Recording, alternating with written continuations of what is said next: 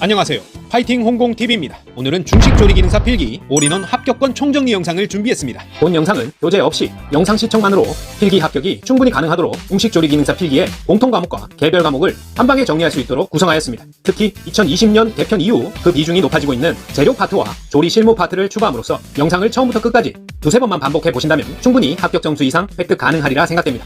현재 중식조리기능사의 과목별 문항수는 제1과목 위생관리에서 15문제, 2과목 안전관리에서 5문제, 3과목 재료와 영양, 구매관리에서 20문제 이상 출제되고 있고, 그리고 중식조리기능사에 특화된 조리 실무 파트에서 역시 20문제, 총 60문제가 출제되고 있습니다. 그래서 60분 동안 60점 이상을 획득하는 것이 목표가 되겠습니다. 그럼 바로 시작합니다. 행인 두부라고 있는데요. 이 행인이라는 말이 살구씨입니다. 그래서 당연히 행인 두부의 주 재료는 살구씨다. 행인 두부는 살구씨의 한쪽 흰 부분을 갈아서 만든 요리로 실제로 콩은 들어가지 않았지만 두부같이 부드러운 식감을 가지고 있다. 행인 두부의 주재료는 살구씨입니다. 우리가 쌀의 종류를 자포니카 쌀과 인디카 쌀로 나눌 수가 있겠는데요. 이 자포니카 쌀은 우리나라와 일본 등 동북아 지역에서 주식으로 하는 둥근 타원형의 끈기 있는 쌀을 말하고, 자포니카 쌀의 아밀로스 함량은 약 20%입니다. 반면에 안남미라고 하죠.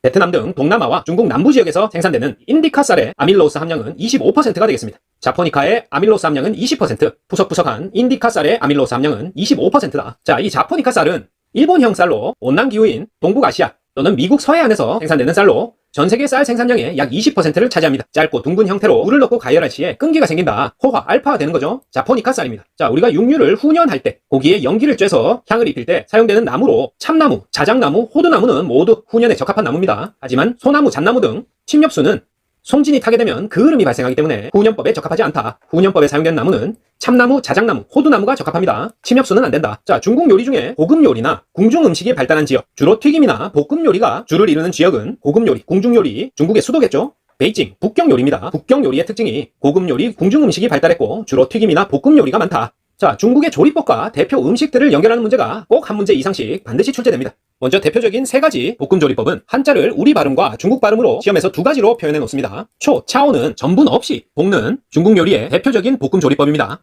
초, 차오는 채소가 살아있는 상태를 유지하도록 전분 없이 볶는 중국의 대표 조리법이다. 그리고 한자로 폭자죠? 빠오라고 부르는 볶음조리법은 재료를 깍둑썰기나 채썰기를 한 다음에 혹은 칼집을 낸 후에 물이나 기름으로 먼저 고온에 재빨리 한번 열처리를 한 후에 볶는 것을 말합니다. 폭빠오는 볶음조리법 중에 가장 빠른 조리법이다. 재료를 깍둑썰기, 채썰기, 칼집을 낸 후에 물, 기름으로 먼저 고온으로 재빨리 한번 열처리를 한 후에 볶는다.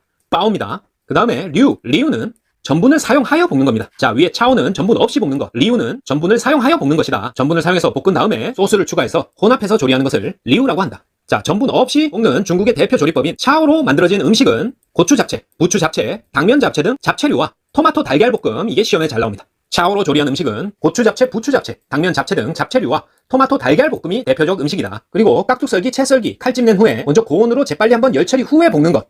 폭빠오로 조리하는 대표적 음식은 궁보게정이 있습니다. 빠오로 조리하는 요리는 궁보게정이다. 그리고 리우, 전분을 사용하여 볶는 리우로 조리하는 대표적 음식은 류산슬, 정가복, 라조기, 새우 케첩볶음이 있습니다. 리우산슬이죠. 리우산슬, 정가복, 라조기, 새우 케첩볶음이 리우로 조리한다. 잡채와 토마토 달걀 볶음은 차오, 궁보게정은 빠오, 류산슬, 정가복, 라조기, 새우 케첩볶음은 리우다. 자, 중식에서 냉채 재료를 손질 시에 주의사항은 갑오징어를 전처리할 때는 내장, 껍질, 다리를 모두 제거하고 몸통만을 사용합니다. 맞는 조리법입니다. 갑오징어는 몸통만 사용한다. 그리고 해물은 전처리 후에 물로 씻지 않습니다. 물로 씻으면서 여기저기 교차 오염이 발생할 수 있기 때문에 해물은 전처리 후에 물로 씻지 않는다. 맞는 말이고요. 그리고 피단은 어둡고 차가운 곳에 보관합니다. 피단은 어둡고 차가운 곳, 따뜻한 곳 아닙니다. 어둡고 차가운 곳에 보관한다. 피단. 그리고 해파리는 물에 담가서 소금기를 완전히 제거한 후에 살짝만 데칩니다. 오래 데치면 해파리가 모두 쪼그라들어서 식감을 해치기 때문에 해파리는 물에 담가서 소금기를 완전히 제거한 후에 살짝만 데친다. 자, 면발의 굵기 순서를 물어봅니다. 면발 굵기 순서는 세소중카루입니다. 세면, 소면, 중화면, 칼국수면, 우동면 순입니다. 가장 가는 세면, 그 다음이 소면, 중간이 중화면이고요. 그 다음이 칼국수면, 우동면 순입니다. 세소중카루다. 자, 구안일사는 감칠맛이 나는 조미료 성분이지 보존료 아닙니다. 구안일사는 감칠맛 나는 조미료다. 보존료 아니다. 자, 중국에서 수입한 배추로 국내 배추김치를 조리를 해서 판매하는 경우 배추를 중국에서 수입했지만 국내에서 조리했다고 국내산이라고 쓰면 안 돼요. 자, 반드시 배추가 중국산이라는 것을 표시를 해줘야 됩니다. 그래서 배추김치, 배추는 중국산이다. 반드시 표기한다. 수입한 배추로 국내에서 김치로 조리해서 판매를 했다. 배추김치, 가로 열고, 배추 중국산, 이렇게 꼭 표기를 해야 됩니다. 그냥 국내산 안 된다. 중식에서 주로 사용하는 농후제는 전분이 주로 사용됩니다. 중식에서 주로 사용하는 걸쭉하게 만드는 재료, 농후제는 전분을 사용한다. 자, 맛의 5가지 종류. 신쓴 단짠 매입니다. 신맛, 쓴맛, 단맛, 짠맛, 매운맛. 신쓴 단짠 매가 오미를 뜻합니다. 자, 지미는 신선하고 시원한 감칠맛을 뜻하는데요. 오미에 들어가지 않습니다. 자, 오미라고 하면 신선 단짠매다. 신맛, 쓴맛, 단맛, 짠맛, 매운맛입니다. 난황개수를 구하라. 이렇게 나오면 달걀을 깨뜨렸을 때 노른자가 볼록 튀어나오죠. 난황이 볼록 튀어나온 걸 봤을 때 높이 나누기 직경입니다. 난황개수는 난황 높이 나누기 직경이다. 그래서 보통 직경이 좀 더 크겠죠? 그래서 1보다는 작다. 예를 들어서 달걀을 깨뜨렸더니 난황 높이가 1.5cm, 직경이 3cm다 그러면 난황 높이 나누기 직경이니까 난황 개수는 0.5 이렇게 구하셔야 됩니다. 높이 나누기 직경이다. 쉽게 구하실 수 있습니다. 자, 중식의 조리법 중에 육수를 넉넉히 넣고 오랫동안 다리듯 끓이는 방법을 돈자를 써서 뚠이라고 합니다. 뚠이라고 있습니다. 자, 끓는 문 육수에 재료를 살짝 데친 후에 다시 가열하는 이런 방법은 밑에 청뚠이라고 하죠. 칭뚠. 자, 뚠의 방법에는 이렇게 세 가지가 있습니다. 과도는 밀가루와 전분, 그 다음에 계란물을 입혀서 모양을 잡은 다음에 육수를 부어서 끓이는 것을 말합니다. 과도는 밀가루와 전분을 입힌 다음에 다시 계란물을 입혀서 모양을 잡은 다음에 육수를 부어서 끓인다. 모두 뚠의 방법인데 과도는 그렇게 한다는 얘기입니다. 자, 청도는 끓는 문 육수에 살짝 데친 뒤에 다시 가열하는 것입니다. 청돈. 그 다음에 격수돈, 거수에뚠. 격수돈은 끓는 물과 육수에 살짝 데친 후에 그릇에 옮겨 담고 다시 육수를 붓고 뚜껑을 닫아 끓이거나 수증기로 익힌다. 좀 더 복잡하죠? 격수돈입니다. 청돈과의 차이점은 청돈은 살짝 데친 후에 그냥 가열하면 되는데 격수돈은 살짝 데친 후에 옮겨 담고 육수 붓고 뚜껑 닫고 끓이거나 수증기로 익힌다. 이런 설명이 나오면 격수돈이 되겠습니다. 자, 아까 봤던 인디카 쌀의 아밀로스 함량은 25%였죠? 자, 이 인디카 쌀은 중국 남부나 베트남에서 생산되는 푸석거리는 안남미입니다. 생김새는 길고 가는 형태의 장립형이다. 후 불면 날아갈 것 같이 끈기가 없고 푸석거린다. 인디카 쌀입니다. 아밀로스 함량은 25%. 사천 요리에서 수초한 요리에서 주로 사용하는 향신료로 식욕 촉진과 기관지 기능 향상에 효능이 있는 향신료는 산초입니다. 산초.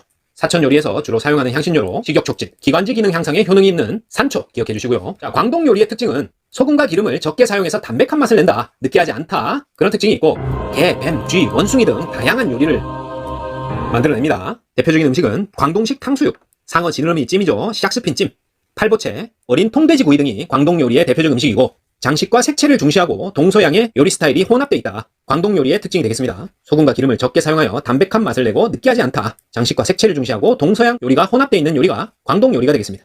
참기름과 대두유, 면실류는 요오드가가 100에서 130 요 사이에 있습니다. 하지만 들기름은 요오드가가 130 이상 되는 건성류다. 그래서 요 네 가지 중에 건성류를 찾으라 그러면은 들기름 찾으셔야 됩니다. 요오드가 130 이상의 건성류는 들기름이다.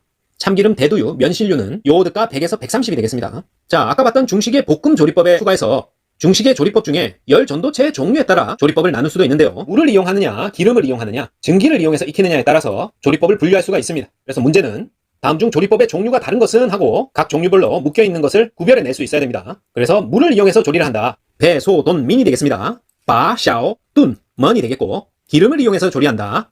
초팽폭작, 류전, 차오펑, 빠오, 짜, 리우, 지엔 되겠습니다. 그리고 증기를 이용하는 것은 증, 정이 되겠습니다. 자, 좀 어렵지만 시험에 자주 출제되는 부분이 되겠습니다. 물을 이용해서 재료를 넣고 끓이거나 조림을 하는 방법이죠. 배, 소, 돈, 민, 바, 샤오, 뚠, 먼 되겠고요.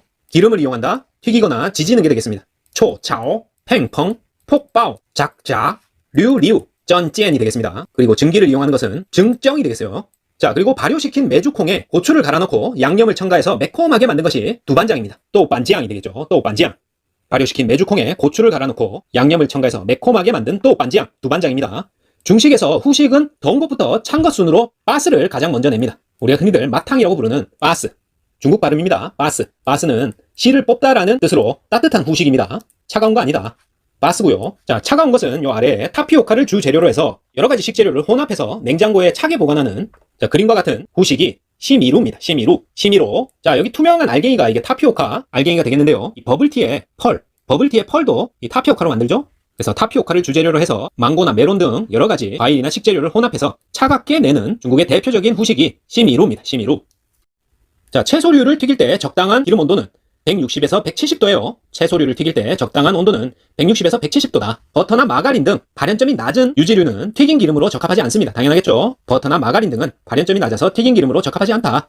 대두유, 미각류, 옥수수유는 화학적으로 만드는 정제유입니다. 반면에 참기름은 압착유다. 참기름이나 올리브유 같은 것은 압착해서 만드는 압착유고 대두유, 미각류, 옥수수유는 정제유입니다. 중식에서의 칼 사용법은 선도법, 필도법, 절도법, 그리고 땡땡법 있는데요. 먼저 선도법은 타원을 그리면서 깎는 것을 선도법이라고 하고 필도법, 그림 그리듯이 재료 표면을 깎아내는 것을 필도법이라고 합니다. 그리고 절도법은 큰 형태를 만들 때 사용한다. 자, 그리고 재료를 찔러서 활용하는 칼 사용법 도법으로 생선 비늘, 옷주름, 꽃 조각 등에 활용을 하는 칼 사용법을 착도법이라고 합니다. 착 찔러 넣는다. 칼을 착 찔러 넣는 칼 사용법이 착도법이다. 생선빈을 옷주름 꽃 조각에 활용하는 착도법. 다시 한번 선도법은 타원을 그리면서 깎는다. 필도법은 그림 그리듯이 재료 표면에 그림 그리듯이 깎는 필도법. 절도법은 큰 형태를 만들 때 사용한다. 그리고 착 찔러서 생선빈을 옷주름 꽃 조각에 활용하는 것이 착도법입니다. 자, 소화가 잘 되게 하기 위해서 압맥과 할맥으로 가공하는 공유는 보리입니다. 보리맥. 보리를 기계로 납작하게 누른 압맥, 그리고 세로로 2등분해서 쌀처럼 다듬어서 정제한 할맥, 모두 맥이죠. 보리입니다. 자, 각 공유에 들어있는 단백질이 모두 다른데요. 옥수수의 대표 단백질은 제인입니다. 그리고 쌀의 단백질은 오리제닌이다. 밀의 단백질은 글루텐,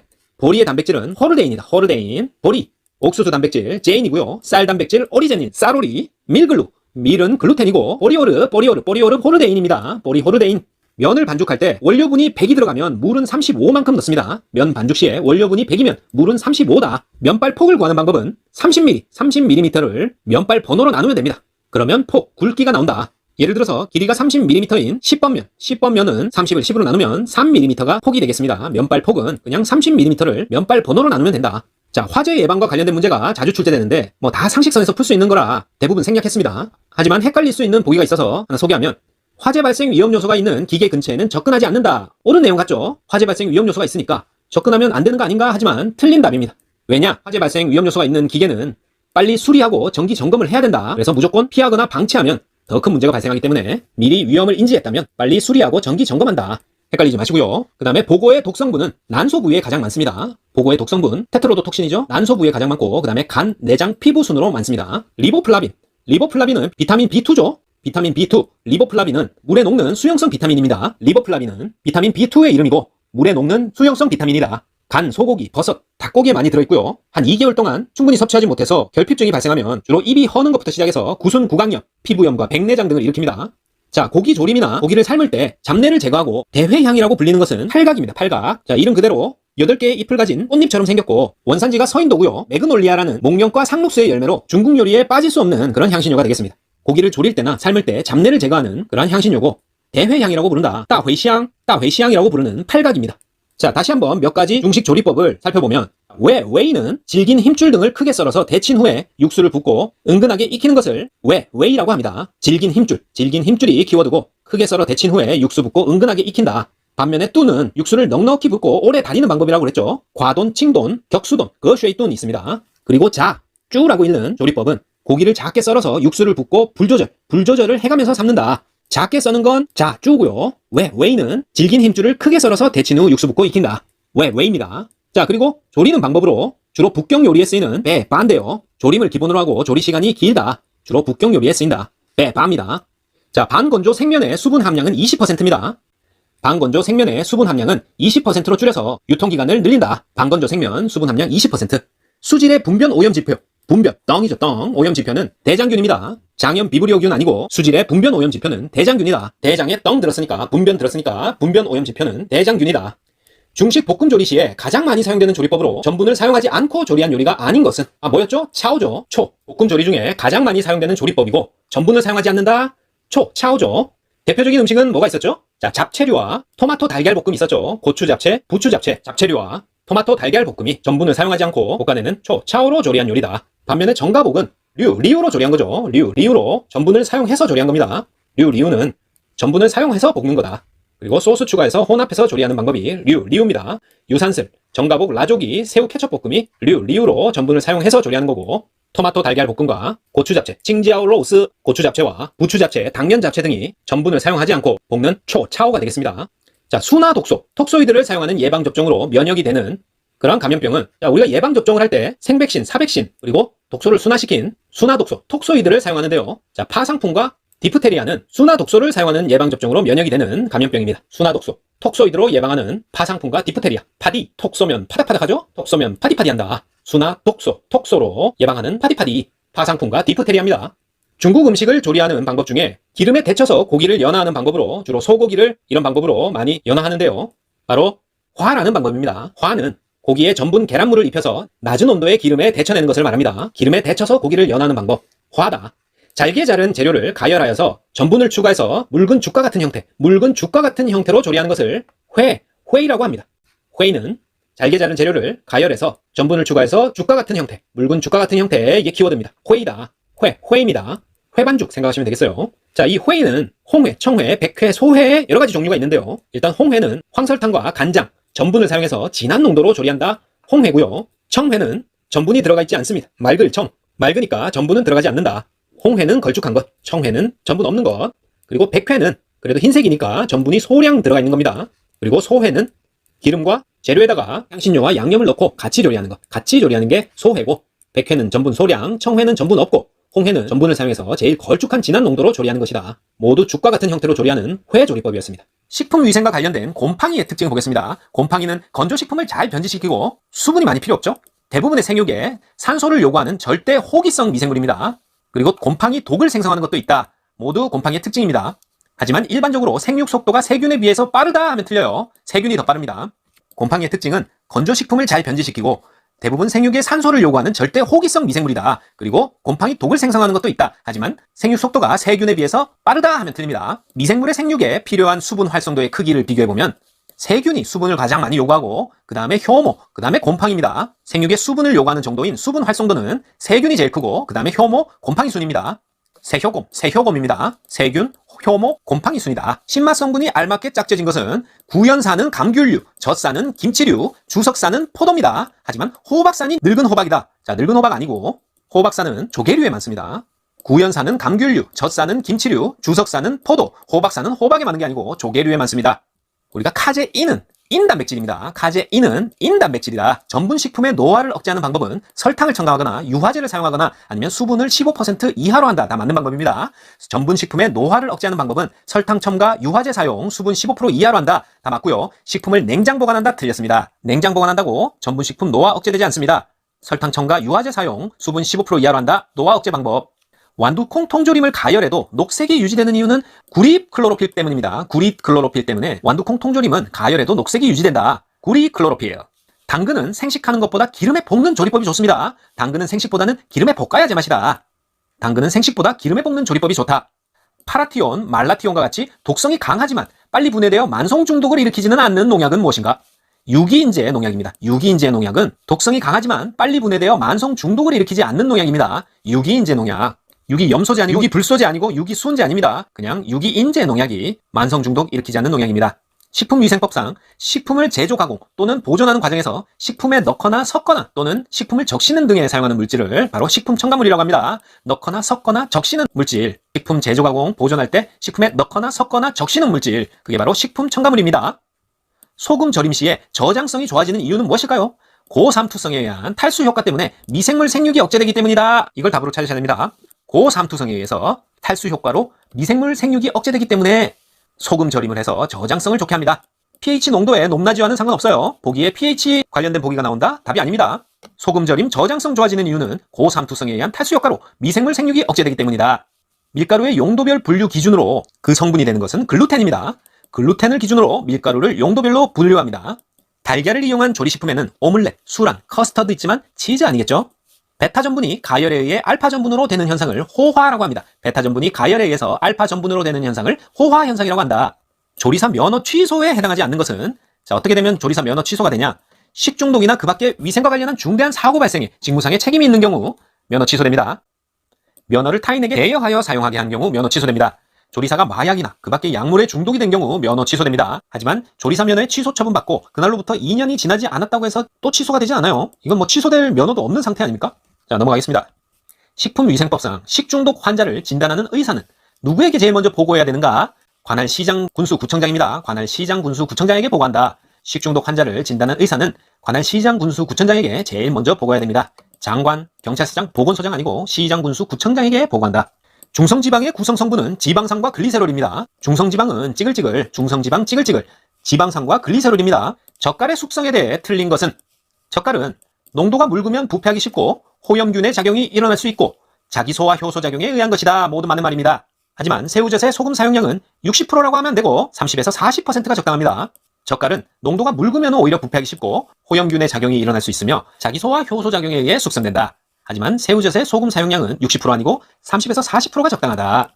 결합수의 특징이 아닌 것은 자, 결합수가 뭐죠? 우리가 수분에는 유리수와 결합수가 있습니다. 결합수는 자유수보다 밀도가 크죠. 그리고 식품에서 미생물의 번식과 발화에 이용되지는 못합니다. 맞는 말이고 동식물의 조직에 존재할 때 그 조직에 큰 압력을 가하여 압착해도 제거되지가 않는 것이 바로 결합수입니다. 자율수보다 밀도가 크고 식품에서 미생물의 번식과 발화에는 이용되지 못하며 동식물 조직에 존재할 때 그 조직에 큰 압력을 가해도 제거되지 않는다. 전해질을 잘 녹여서 용매로 작용하는 것은 이건 유리수입니다. 유리수의 특징이 전해질을 잘 녹여서 용매로 작용할 수 있는 것이 바로 유리수입니다. 그래서 결합수의 특징이다 하면 틀리겠죠. 레드 캐비지로 샐러드를 만들 때 식초를 조금 넣어 물에 담그면 고운 적색을 띠는 것은 어떤 색소 때문인가? 바로 안토시아닌 때문입니다. 레드 캐비지로 샐러드 만들 때 식초를 조금 넣은 물에 담그면 고운 적색을 띠는 것은 안토시아닌 때문이다. 레드 캐비지, 안토시아닌, 고운 적색, 안토시아닌입니다. 조리사가 식중독이나 그 밖의 위생 관련 중대사고 발생에 직무상 책임에 대한 1차 위반 시에 행정처분의 기준은 바로 업무정지 1개월입니다. 업무정지 1개월이다. 조리사가 식중독이나 그 밖의 위생 관련 중대사고에 직무상 책임에 대한 1차 위반 시 행정처분 기준은 업무정지 1개월이다. 식품 적객업 영업을 하려는 자는 몇 시간의 식품 위생교육을 미리 받아야 하는가? 6시간입니다. 자, 6시간 동안 식품 위생교육 받아야 식품 접객업 영업을 할 수가 있습니다. 식품 위생교육은 6시간이다.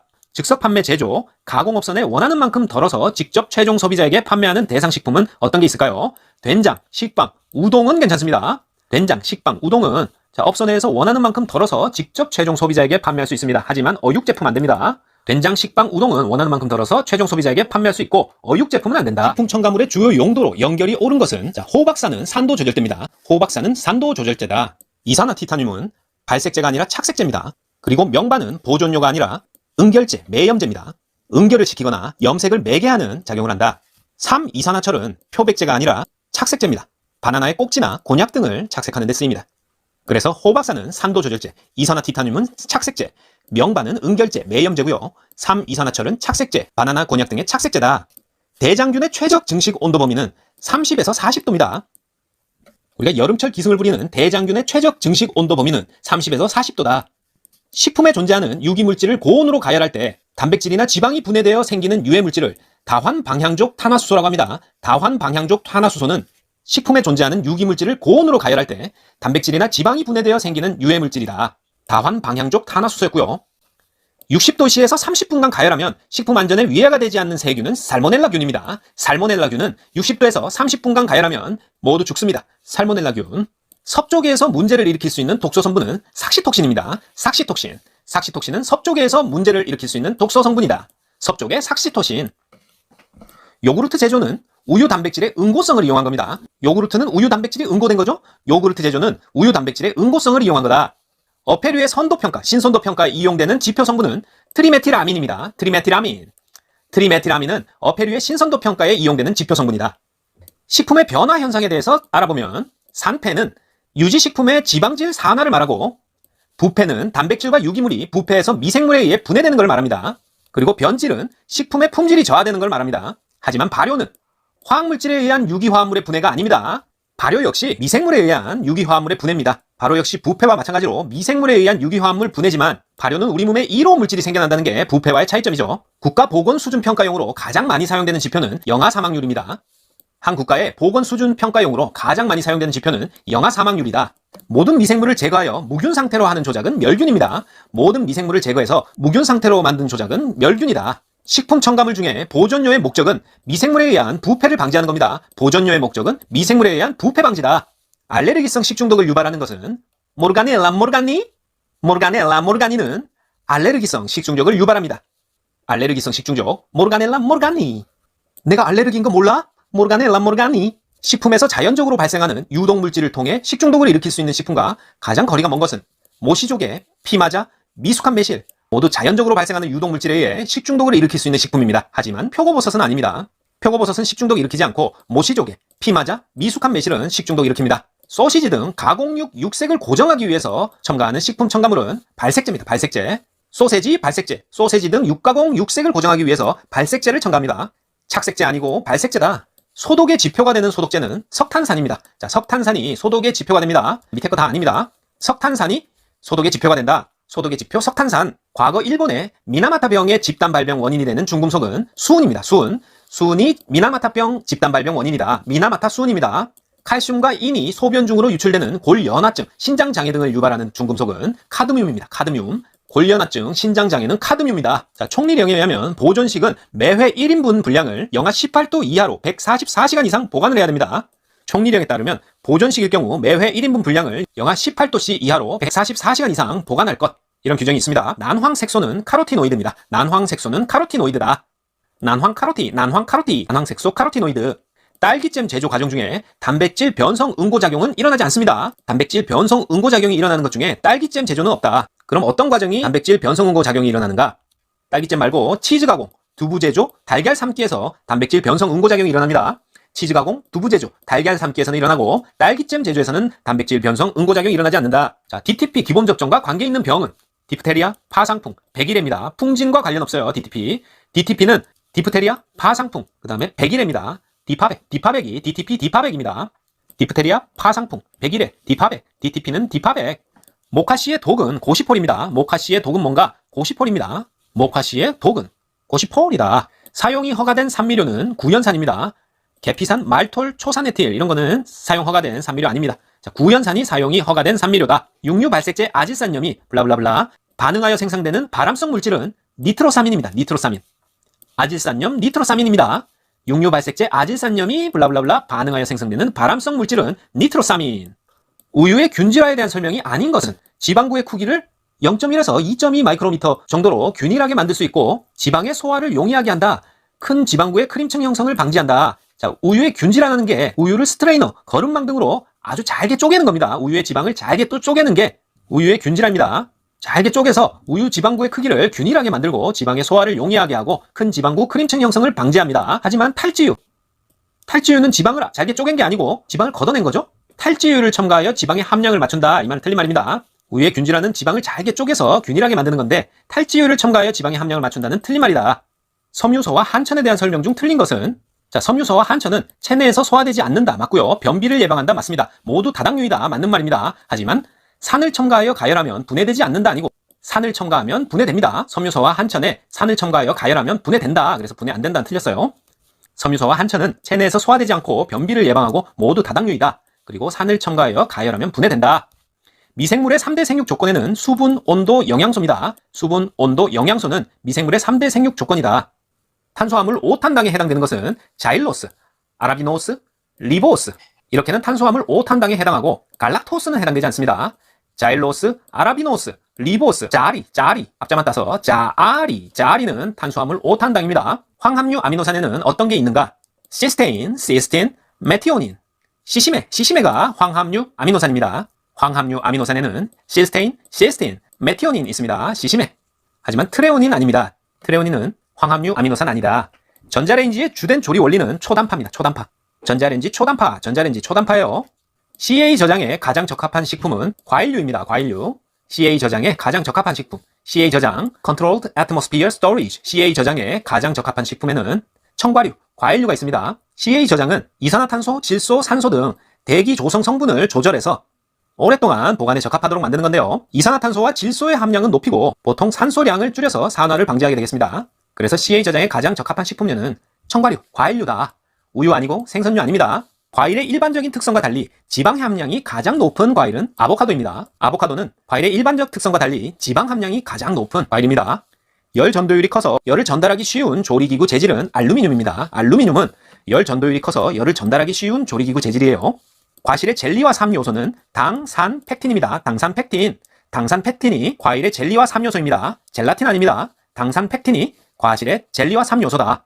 소고기의 부위별 용도와 조리법으로 틀린 것은 자, 앞다리로 불고기 육회 장조림 만드는 거 맞습니다. 우둔으로 산적 장조림 육포 만들고요. 목심으로 불고기 국거리 하는 거 맞습니다. 하지만 설도로 탕 샤브샤브 육회 어울리지 않습니다. 탕 샤브샤브 육회는 사태살이 적합합니다. 사태 부위가 적합해요. 탕 샤브샤브 육회는 사태 부위가 적합하다. 그러면 설도는 어디에 적합한가? 설도로는 역시 산적 장조림 육포 만듭니다. 앞다리로는 불고기 육회 장조림, 우둔으로 산적 장조림 육포, 목심으로 불고기 국거리, 설도 역시 산적 장조림 육포입니다. 그리고 탕 샤브샤브 육회는 사태살이 적합하다. 자, 하루의 필요 열량이 2,500kcal일 경우에 이 중에 18%에 해당되는 열량을 단백질에서 얻으려 한다면 필요한 단백질의 양은 얼마인가? 자, 계산 문제죠. 이런 문제는 반드시 단백질 1g이 몇 kcal인가를 알고 있어야 풀 수 있습니다. 단백질 1g은 4kcal입니다. 그래서 2,500kcal 중에 단백질에서 얻는 이 18%가 몇 kcal인가를 구하고 그 kcal에다가 4로 나누어주면은 단백질 양이 나오겠죠. 그래서 단백질 1g이 4kcal다. 이걸 알고 있어야 환산이 가능합니다. 2,500kcal에서 18%에 해당하는 칼로리를 구하려면 100분의 18을 곱해줘야 되겠죠? 2500 곱하기 18 나누기 100. 자, CBT 시험에서 옆에 계산기를 활용해서 계산을 해줍니다. 그러면 450kcal가 나옵니다. 자, 단백질 g을 구하려면 이 450kcal를 g으로 바꿉니다. 4로 나누어서 g으로 바꿉니다. 450 나누기 4 하면은 112.5g이 나오겠습니다. 우유에 카제인을 응고시킬 수 있는 것은 식초, 레닌, 탄닌입니다. 설탕 아니고 소금 아니다. 우유에 카제인을 응고시킬 수 있는 것은 식초, 레닌, 탄닌, 식닌닌이다. 식닌닌닌닌닌이다. 카제인 응고입니다. 식닌닌. 실내 공기오염 지표는 이산화탄소입니다. 이산화탄소 양을 가지고 실내 공기오염 지표를 측정한다. 이산화탄소. 기생충과 중간숙주의 연결이 틀린 것은 12지장충 모기 아니고요. 말라리아는 사람 중간숙주 맞습니다. 폐흡충, 가재, 개 중간숙주 맞고요. 무구조충은 소를 중간숙주로 하는 거 맞습니다. 하지만 12지장충이나 회충은 중간숙주가 없습니다. 왜냐? 알로 감염하기 때문에 중간숙주가 없다. 그리고 모기는 사상충, 애완견 등에서 많이 걸리는 심장사상충 중간숙주입니다. 12지장충, 회충은 알로 감염되기 때문에 중간숙주 없다. 모기는 사상충의 중간숙주고 말라리아는 사람, 폐흡충은 가재, 개가 중간숙주고 무구조충은 소가 중간숙주입니다. 비말 감염되는 결핵, 백일해, 디프테리아입니다. 기침이나 재채기, 말을 할 때 튀게 되는 이 비말로 감염되는 것은 결핵, 백일해, 디프테리아지 발진열은 비말 감염 아닙니다. 그래서 이걸 비밀로 바꾸면 결백한 디프테리아는 이 비밀 때문에 망한다. 결핵, 백일해, 디프테리아는 비말 감염입니다. 수질 오염 파악을 위해서 이 BOD, 생물화학적 산소 요구량이죠. BOD를 측정 시에 20도씨에서 5일간 측정합니다. BOD, 20도씨에서 5일간 측정한다. BOD 측정은 20도씨에서 5일간 측정합니다. 김치 저장 중에 김치 조직의 염부 현상, 김치가 물러지는 현상이죠. 김치가 익어서 물러지는 염부 현상이 일어나는 이유는 조직을 구성하고 있는 팩틴질이 분해되기 때문에 염부 현상이 일어나는 겁니다. 그리고 미생물이 팩틴 분해 효소를 생성하기 때문에 염부 현상이 일어난다. 그것도 맞습니다. 그리고 용기에 꾹 눌러 담지 않아서 내부에 공기가 존재하게 돼서 호기성 미생물이 성장 번식하기 때문에 염부 현상이 일어난다. 이 말도 맞는 말입니다. 하지만 김치가 국물에 잠겨서 수분을 흡수하기 때문에 일어난다? 이건 틀린 답이에요. 약간 까다로운 문제입니다. 염부 현상이 일어나는 이유. 익어서 물러지는 거죠? 기본적으로 팩틴질이 분해되기 때문에 일어나고, 팩틴질은 식이섬유 같은 거라고 보면 됩니다. 그게 분해되기 때문에 물러진다. 미생물이 팩틴 분해 효소를 생산하니까 그럼 팩틴이 분해되겠죠? 그 다음에 내부의 공기 때문에 호기성 미생물이 번식하기 때문에 염부 현상이 일어나는 거다. 하지만 김치가 국물에 잠겨 수분을 흡수하기 때문에 아닙니다. 자, 김장김치를 맛이 변하지 않고 오랫동안 보관하기 위해서 김치 국물에 꾹꾹 눌러서 담는 거 많이 보셨죠? 그래서 국물에 잠겨 있는 것이 김치 조직 염부 현상, 물러지는 것 아니다. 그렇게 보시면 됩니다. 육류 조리 시에 열에 의한 변화는 미트로프를 가열하면 단백질이 응고, 수축, 변성된다. 맞는 말이에요. 미트로프, 고기 덩어리죠. 고기 덩어리를 가열하면 단백질이 응고해서 수축되고 변성된다. 요 수축이 중요합니다. 그래서 불고기에 열을 가하게 되면 열을 흡수해서 부피가 증가한다 하면 틀려요. 그리고 스테이크를 가열하면 질겨져서 소화가 잘 안 된다. 이것도 틀린 답입니다. 기본적으로 가열해서 먹게 되면 육질이 더 부드러워집니다. 육류에 열을 가하게 되면 일어나는 현상이니까 쇠꼬리의 젤라틴이 콜라겐화 된다. 요건 거꾸로 된 겁니다. 쇠꼬리에 콜라겐이 젤라틴화가 되는 겁니다. 그래서 틀렸고, 미트로프를 가열하면 단백질이 응고, 수축, 변성된다. 요게 맞는 답입니다. 차, 커피, 코코아, 과일 등에서 수렴성 맛. 수렴성 맛은 떫은 맛입니다. 떫은 맛. 수축성, 떫은 맛이라고 하는데 수렴성 맛을 나게 하는 주 성분은 탄닌입니다. 탄닌. 차, 커피, 코코아, 과일 등에서 수렴성 떫은 맛을 나타내는 것은 탄닌이다. 설한염, 피부암, 결막염 등은 자외선에 의해 인체의 건강 장애를 일으키는 주요 증상입니다. 폐기종은 아니에요. 자외선에 의해서 인체에 가져오는 건강 장애는 설한염, 피부암, 결막염입니다. 자외선에 의해서 피결설이 떠돌고 있다. 그렇게 암기될까요? 자외선에 의해서 피결설, 피살설이 아니고 피결설이 떠돈다. 설한염, 피부암, 결막염은 자외선에 의한 겁니다. 그리고 열경련, 일사병, 열쇠약 모두 열에 의한 거죠. 고열장애로 인한 직업병입니다. 하지만 참호족은 아니에요. 자, 참호족은 군대 참호 속에서 한겨울에 발이 동상 걸리는 겁니다. 열경련, 일사병, 열쇠약이 고열장애로 인한 직업병이다. 유지의 발연점, 연기가 발생한다. 그런 발연점이 낮아지는 원인은, 자, 튀김기의 표면적이 넓은 경우 낮은 온도에서 연기가 발생해버리는 거죠. 표면적이 넓으니까 빨리 끓어오르겠죠. 그리고 기름에 이물질이 많이 들어있는 경우 발연점이 또 낮아지게 되겠습니다. 그리고 오래 사용하여 기름이 지나치게 산패됐다. 이때도 발연점이 낮아지게 되겠습니다. 하지만 유리지방산의 함량이 낮은 경우, 자, 산의 함량이 낮다 그러면은 발연점이 낮은 경우가 아니에요. 자, 이건 어떻게 이해하냐? 일단 발연점, 스모크 포인트란 연기가 지속적으로 나는 온도, 기름이 타기 시작하는 온도, 조리 중인 식품에서 탄맛이 나기 시작하는 온도, 기름의 영양소가 파괴되는 온도, 인화점, 발화점은 발연점보다 높다. 그러니까 발연점을 거쳐서 인화점, 발화점에 도달하는 겁니다. 이게 발연점인데, 자, 그래프를 보시면 산도가 높을수록 발연점은 낮아진다. 자, 산도와 발연점은 반비례하게 되겠습니다. 이 산도가 높다 그러면은 불이나 연기가 빨리 난다. 낮은 온도에서 난다는 거겠죠. 그래서 이 발연점이 그 온도인데 그게 점점 낮아지겠죠. 산도가 많을수록 발연점은 오히려 낮아진다. 그렇게 이해하시면 이해하기 쉬울 겁니다. 어쨌든 우리는 이런 그래프는 출제 안 되니까 튀김기의 표면적이 넓다, 공기와 접촉을 많이 하는 거죠. 그리고 이물질이 많이 들어있는 경우, 그리고 오래 사용해서 기름이 지나치게 산패됐다, 산패된 경우 발연점이 낮아지고, 유리지방산의 함량이 높은 경우 발연점이 낮아지겠지만 낮은 경우는 여기에 속하지 않겠다. 그렇게 이해하면 되겠습니다. 자, 자주 출제되는 각 필수 영양소의 열량을 구하는 문제네요. 수분, 섬유질, 무기질은 일단 열량 계산에 들어가지 않습니다. 자, 당질, 탄수화물이죠. 40g, 단백질 5g, 지방 3g이 들어있는 식품의 열량은, 자, 탄수화물, 당질, 단백질, 지방의 1g당 각각 발생되는 열량을 암기하고 있어야 되겠죠? 그래서 탄수화물, 당질은 1g당 4kcal, 단백질도 4kcal, 지방은 9kcal다. 그래서 449다, 449. 탄단지는 449. 이렇게 외우셔야 됩니다. 탄단지는 449. 그래서 당질 40g 곱하기 4kcal, 단백질 5g 곱하기 4kcal, 지방 3g, 9kcal 각각 곱해서 더해주면은 207kcal가 되겠습니다. 그래서 탄단지는 449, 탄단지는 449 이렇게 암기하면 됩니다.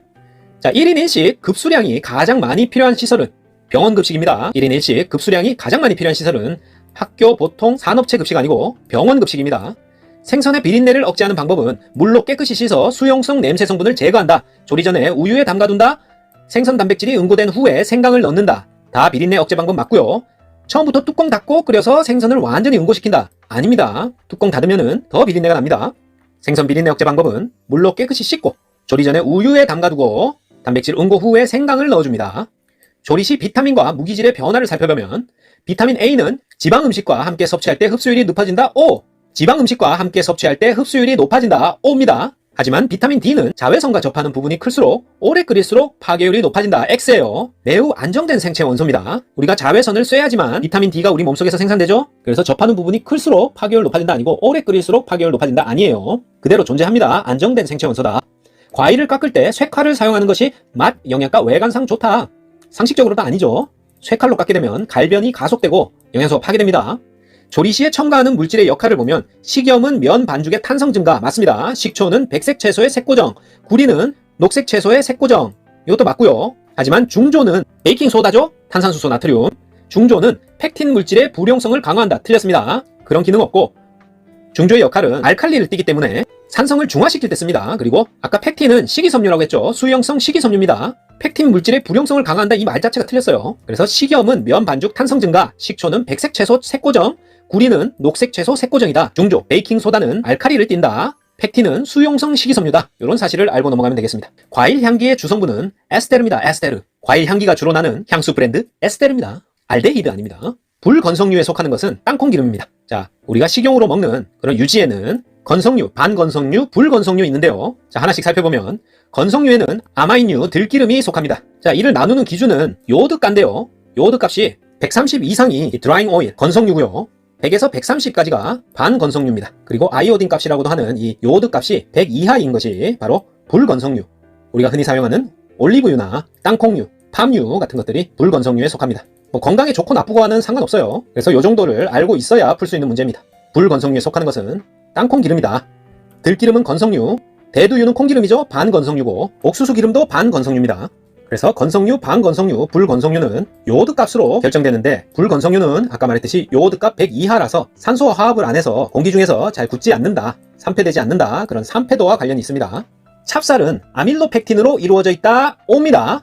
찹쌀은 아밀로펙틴, 차팩이다. 차팩. 찹팩팩. 차팩이다. 아밀로스 아니고요. 아밀로스 함량이 더 많다 아니고 아밀로스와 아밀로펙틴의 함량이 동일하다 아닙니다. 아밀로펙틴으로 이루어져 있다. 차팩. 찹쌀은 펙틴, 아밀로펙틴이다. 포테이토 칩 등 스낵류의 질소 충전 포장 시의 효과는 유지의 산화 방지, 스낵의 파손 방지, 세균의 발육 억제는 있지만 제품의 투명성 유지는 아니에요. 포테이토 칩의 질소 충전 포장은 산화 방지, 스낵 파손 방지, 세균 발육 억제지 투명성 유지 아니다. 달걀 흰자 거품을 낼 때 식초를 약간 첨가하는데 이는 남백의 등점점과 관련이 깊습니다. 용해도를 증가시킨다든지 향 형성을 한다, 표백 효과를 내기 위해서 식초 첨가하는 거 아닙니다. 남백의 등전점이라는 게 pH 값을 중성으로 만들어서 거품이 가장 잘 일어나게 한다는 겁니다. 그 지점이 바로 등전점인데 식초를 약간 첨가하는 것은 그 흰자 거품을 가장 잘 내기 위해서 남백의 등전점을 맞추는 겁니다. 붉은 양배추를 조리할 때는 식초나 레몬즙을 조금 넣으면은 안토시아닌계 색소가 선명하게 유지가 됩니다. 붉은 양배추 조리 시 식초나 레몬즙을 넣으면 안토시아닌계 색소가 선명하게 유지된다. 신선한 달걀의 판정은 6% 소금물에 넣었을 때 가라앉는다 하면 신선한 달걀 맞습니다. 깨뜨렸을 때 노른자가 볼록하고 흰자의 점도가 높다. 신선한 달걀 맞고요. 햇빛이나 전등에 비출 때 공기집의 크기가 작다. 기포가 크지 않다. 그러면 신선한 달걀입니다. 하지만 흔들 때 내용물이 잘 흔들린다. 이미 신선도 떨어졌습니다. 6% 소금물에 가라앉고 깨뜨렸을 때 노른자가 볼록, 흰자의 점도가 높다. 햇빛 전등을 비출 때 공기집 크기가 작다. 신선한 달걀이고요. 흔들 때 내용물 잘 흔들리면 이미 신선한 달걀 아닌 겁니다. 칼슘과 인이 소변 중으로 유출되는 골연화증 현상을 유발하는 유해 중금속은 카드뮴입니다. 이따이뿅 카드뮴이었죠? 칼슘과 인이 소변 중으로 유출되는 골연화증 현상을 유발하는 유해 중금속은 카드뮴입니다. 식단 작성 시에 식품의 선택 요령은 쇠고기가 비싸서 대체 식품으로 닭고기를 선정하였다. 옳은 결정입니다. 하지만 영양보다 경제적인 효율성을 우선으로 고려했다? 꼭 그래야만 했니? 아닙니다. 시금치의 대체 식품으로 값이 싼 달걀을 구매하였다? 꼭 그래야만 했니? 이것도 아닙니다. 한창 제철일 때보다 한 발 앞서서 식품을 구입하여 식단을 구성하는 것이 보다 새롭고 경제적이다. 그럴듯하지만 이것도 아닙니다. 제철 음식을 먹어야죠. 자, 조리사에게 가장 중요한 것은 식재료의 신선도나 영양까지 너무 경제성, 값싼 것만 추구해서는 안 됩니다. 하지만 쇠고기가 비싸서 대체 식품으로 닭고기 선정했다? 이건 옳은 결정이에요. 그래서 요 보기는 잘 외워둡니다. 쇠고기 비싸면 대체품 닭고기 선정 O! 냄새 성분 중에서 어류와 관련있는 성분은 피페리딘, 트리메틸아민, 암모니아 되겠습니다. 디아세틸 아닙니다. 냄새 성분 중에 어류와 관계있는 냄새는 비린내 등으로 좀 지독하죠? 3배나 피폐해지고 암 걸릴 수도 있습니다. 그래서 트리피페 암 걸린다. 트리피페 암모니아입니다. 트리피페 암모니아. 피페리딘, 트리메틸아민, 암모니아입니다. 어류 비린내와 관계있는 성분은 트리메틸아민, 피페리딘, 암모니아다. 트리피페암이다. 그리고 디아세틸은 버터향입니다. 버터향. 디아세틸 아니다. 전분의 노화를 억제하는 방법은 수분 함량을 조절하는 것과, 조절이 여기서 꺼내야 되겠네요. 그리고 냉동, 설탕의 첨가, 이런 방법들은 맞지만 산의 첨가는 아니에요. 수분 함량 조절, 냉동, 설탕의 첨가는 전분의 노화를 억제하는 건 맞지만 산의 첨가는 아니다. 식품에 존재하는 물의 형태 중에 자유수는 증발해서 수증기가 되고 식품을 건조시킬 때 쉽게 제거된다. 식품에 미생물의 번식에 이용된다. 자유수 맞습니다. 하지만 마이너스 20도에서 얼지 않는다? 없습니다. 식품에 존재하는 물의 형태 중에 자유수는 100도씨에서 증발해서 수증기가 되고 식품을 건조시킬 때 쉽게 제거되며 식품에서 미생물의 번식에 이용된다. 다 맞는 말입니다. 하지만 영하 20도씨에서 얼지 않는다? 틀렸어요. 식품위생법에 명시된 식품위생법의 목적은 식품 영양의 질적 향상을 도모하고 식품에 관한 올바른 정보를 제공한다. 위생상의 위해를 방지한다. 모두 식품위생법 목적 맞습니다. 하지만 건전한 유통 판매를 도모한다? 식품위생법은 아니에요. 식품위생법의 목적에 건전한 유통 판매 도모 없다. 육류의 사후 경직에 대해 알아보면 죽고 나서 딱딱해지는 걸 말하죠. 경직 속도는 도살 전의 동물 상태에 따라 다르다. 옵니다. 근육의 글루코겐이 젖산으로 된다. 맞는 말이고요. 죽으면은 호흡을 안 하게 되기 때문에 이 조직이 혐기적으로 변합니다. 그래서 글루코겐이 젖산으로 변합니다. 해당 과정으로 생성된 산에 의해 pH가 낮아진다. 이것도 맞는 말이에요. 사후 경직에 의해서 산이 생성되는데 산의 pH는 낮죠. 그래서 전체적으로 pH를 낮춥니다. 근육에서 호기성 해당 과정에 의해서 산이 증가된다. 틀렸습니다. 아까 혐기성이라고 했죠. 죽으면은 혐기적으로 변합니다. 왜? 호흡을 안 하니까. 그래서 호기성, 이게 틀렸습니다. 업종별 시소율 기준에 대해서 알아보면 휴게 음식점, 일반 음식점 이렇게 있는데 휴게 음식점에서는 다른 객석에서 내부가 보이도록 해야 됩니다. 그리고 일반 음식점의 객실 안에는 무대장치, 우주볼 등의 특수 조명시설과 손님이 이용할 수 있는 자동 반주장치를 노래방 기계죠? 설치해서는 안 된다. 사이키와 노래방 기계 설치해서는 안 됩니다. 일반 음식점에서. 하지만 일반 음식점 객실에 잠금장치를 설치할 수 있다? 당연히 틀렸겠죠. 무서운 말입니다. 객실에 왜 잠금장치를 합니까? 자, 쉬운 문제입니다. 해썹 HACCP의 7가지 원칙은 위중한 목의 검문입니다. 위중한 목의 검문. 자, 많이 아프신 엄마와 개를 검문한다고요? 좀 이상합니다만 어쨌든 해썹의 7가지 원칙은 위중한 목의 검문입니다. 자, 위의 요소 분석, 중요 관리점, CCP 결정, 목의 검문, 개선 조치 방법 수립 다 들어가죠. 회수 명령, 기준 설정, 위중한 목의 검문에 없습니다. 그래서 이게 답이 되겠는데, 자, 이게 뭔지 살펴보면 1원칙부터 7원칙까지 있습니다.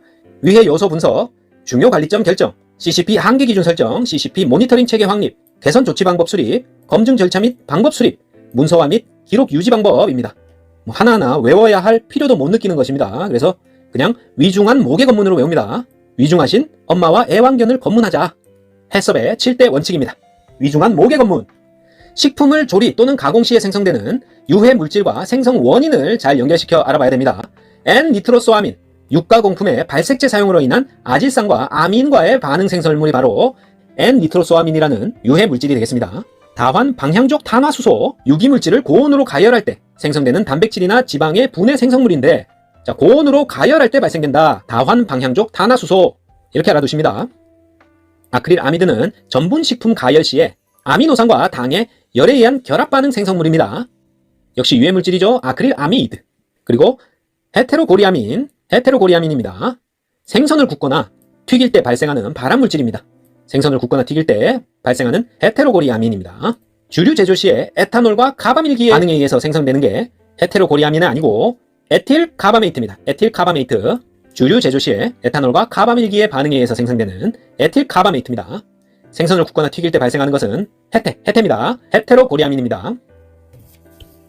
안식향사는 그 사용 목적이 식품의 부패 방지입니다. 유지의 산화를 방지한다. 식품의 향을 내기 위해서 안식향이니까 사용한다? 아니에요. 안식하고 먹을 수 있도록 식품의 부패를 방지하는 역할입니다. 안식향사는 식품의 부패 방지다.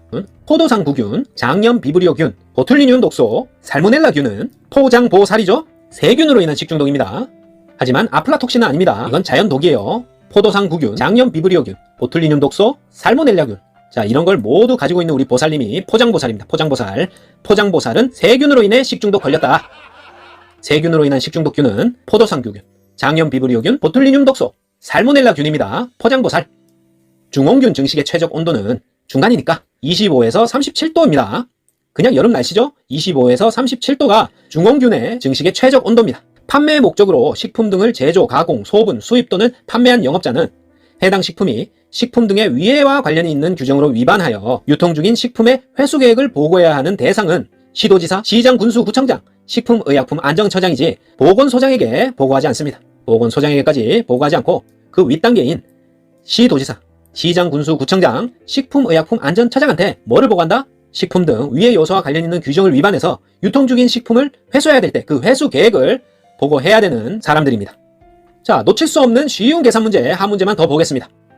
우유 100ml에 칼슘이 180mg 정도 들어있다면 우유 250ml에는 칼슘이 약 몇 mg 들어있는가? 자, 우유 100ml에 180mg이니까 우유 1ml에 칼슘이 얼마나 들어있는지 계산하면 되겠죠?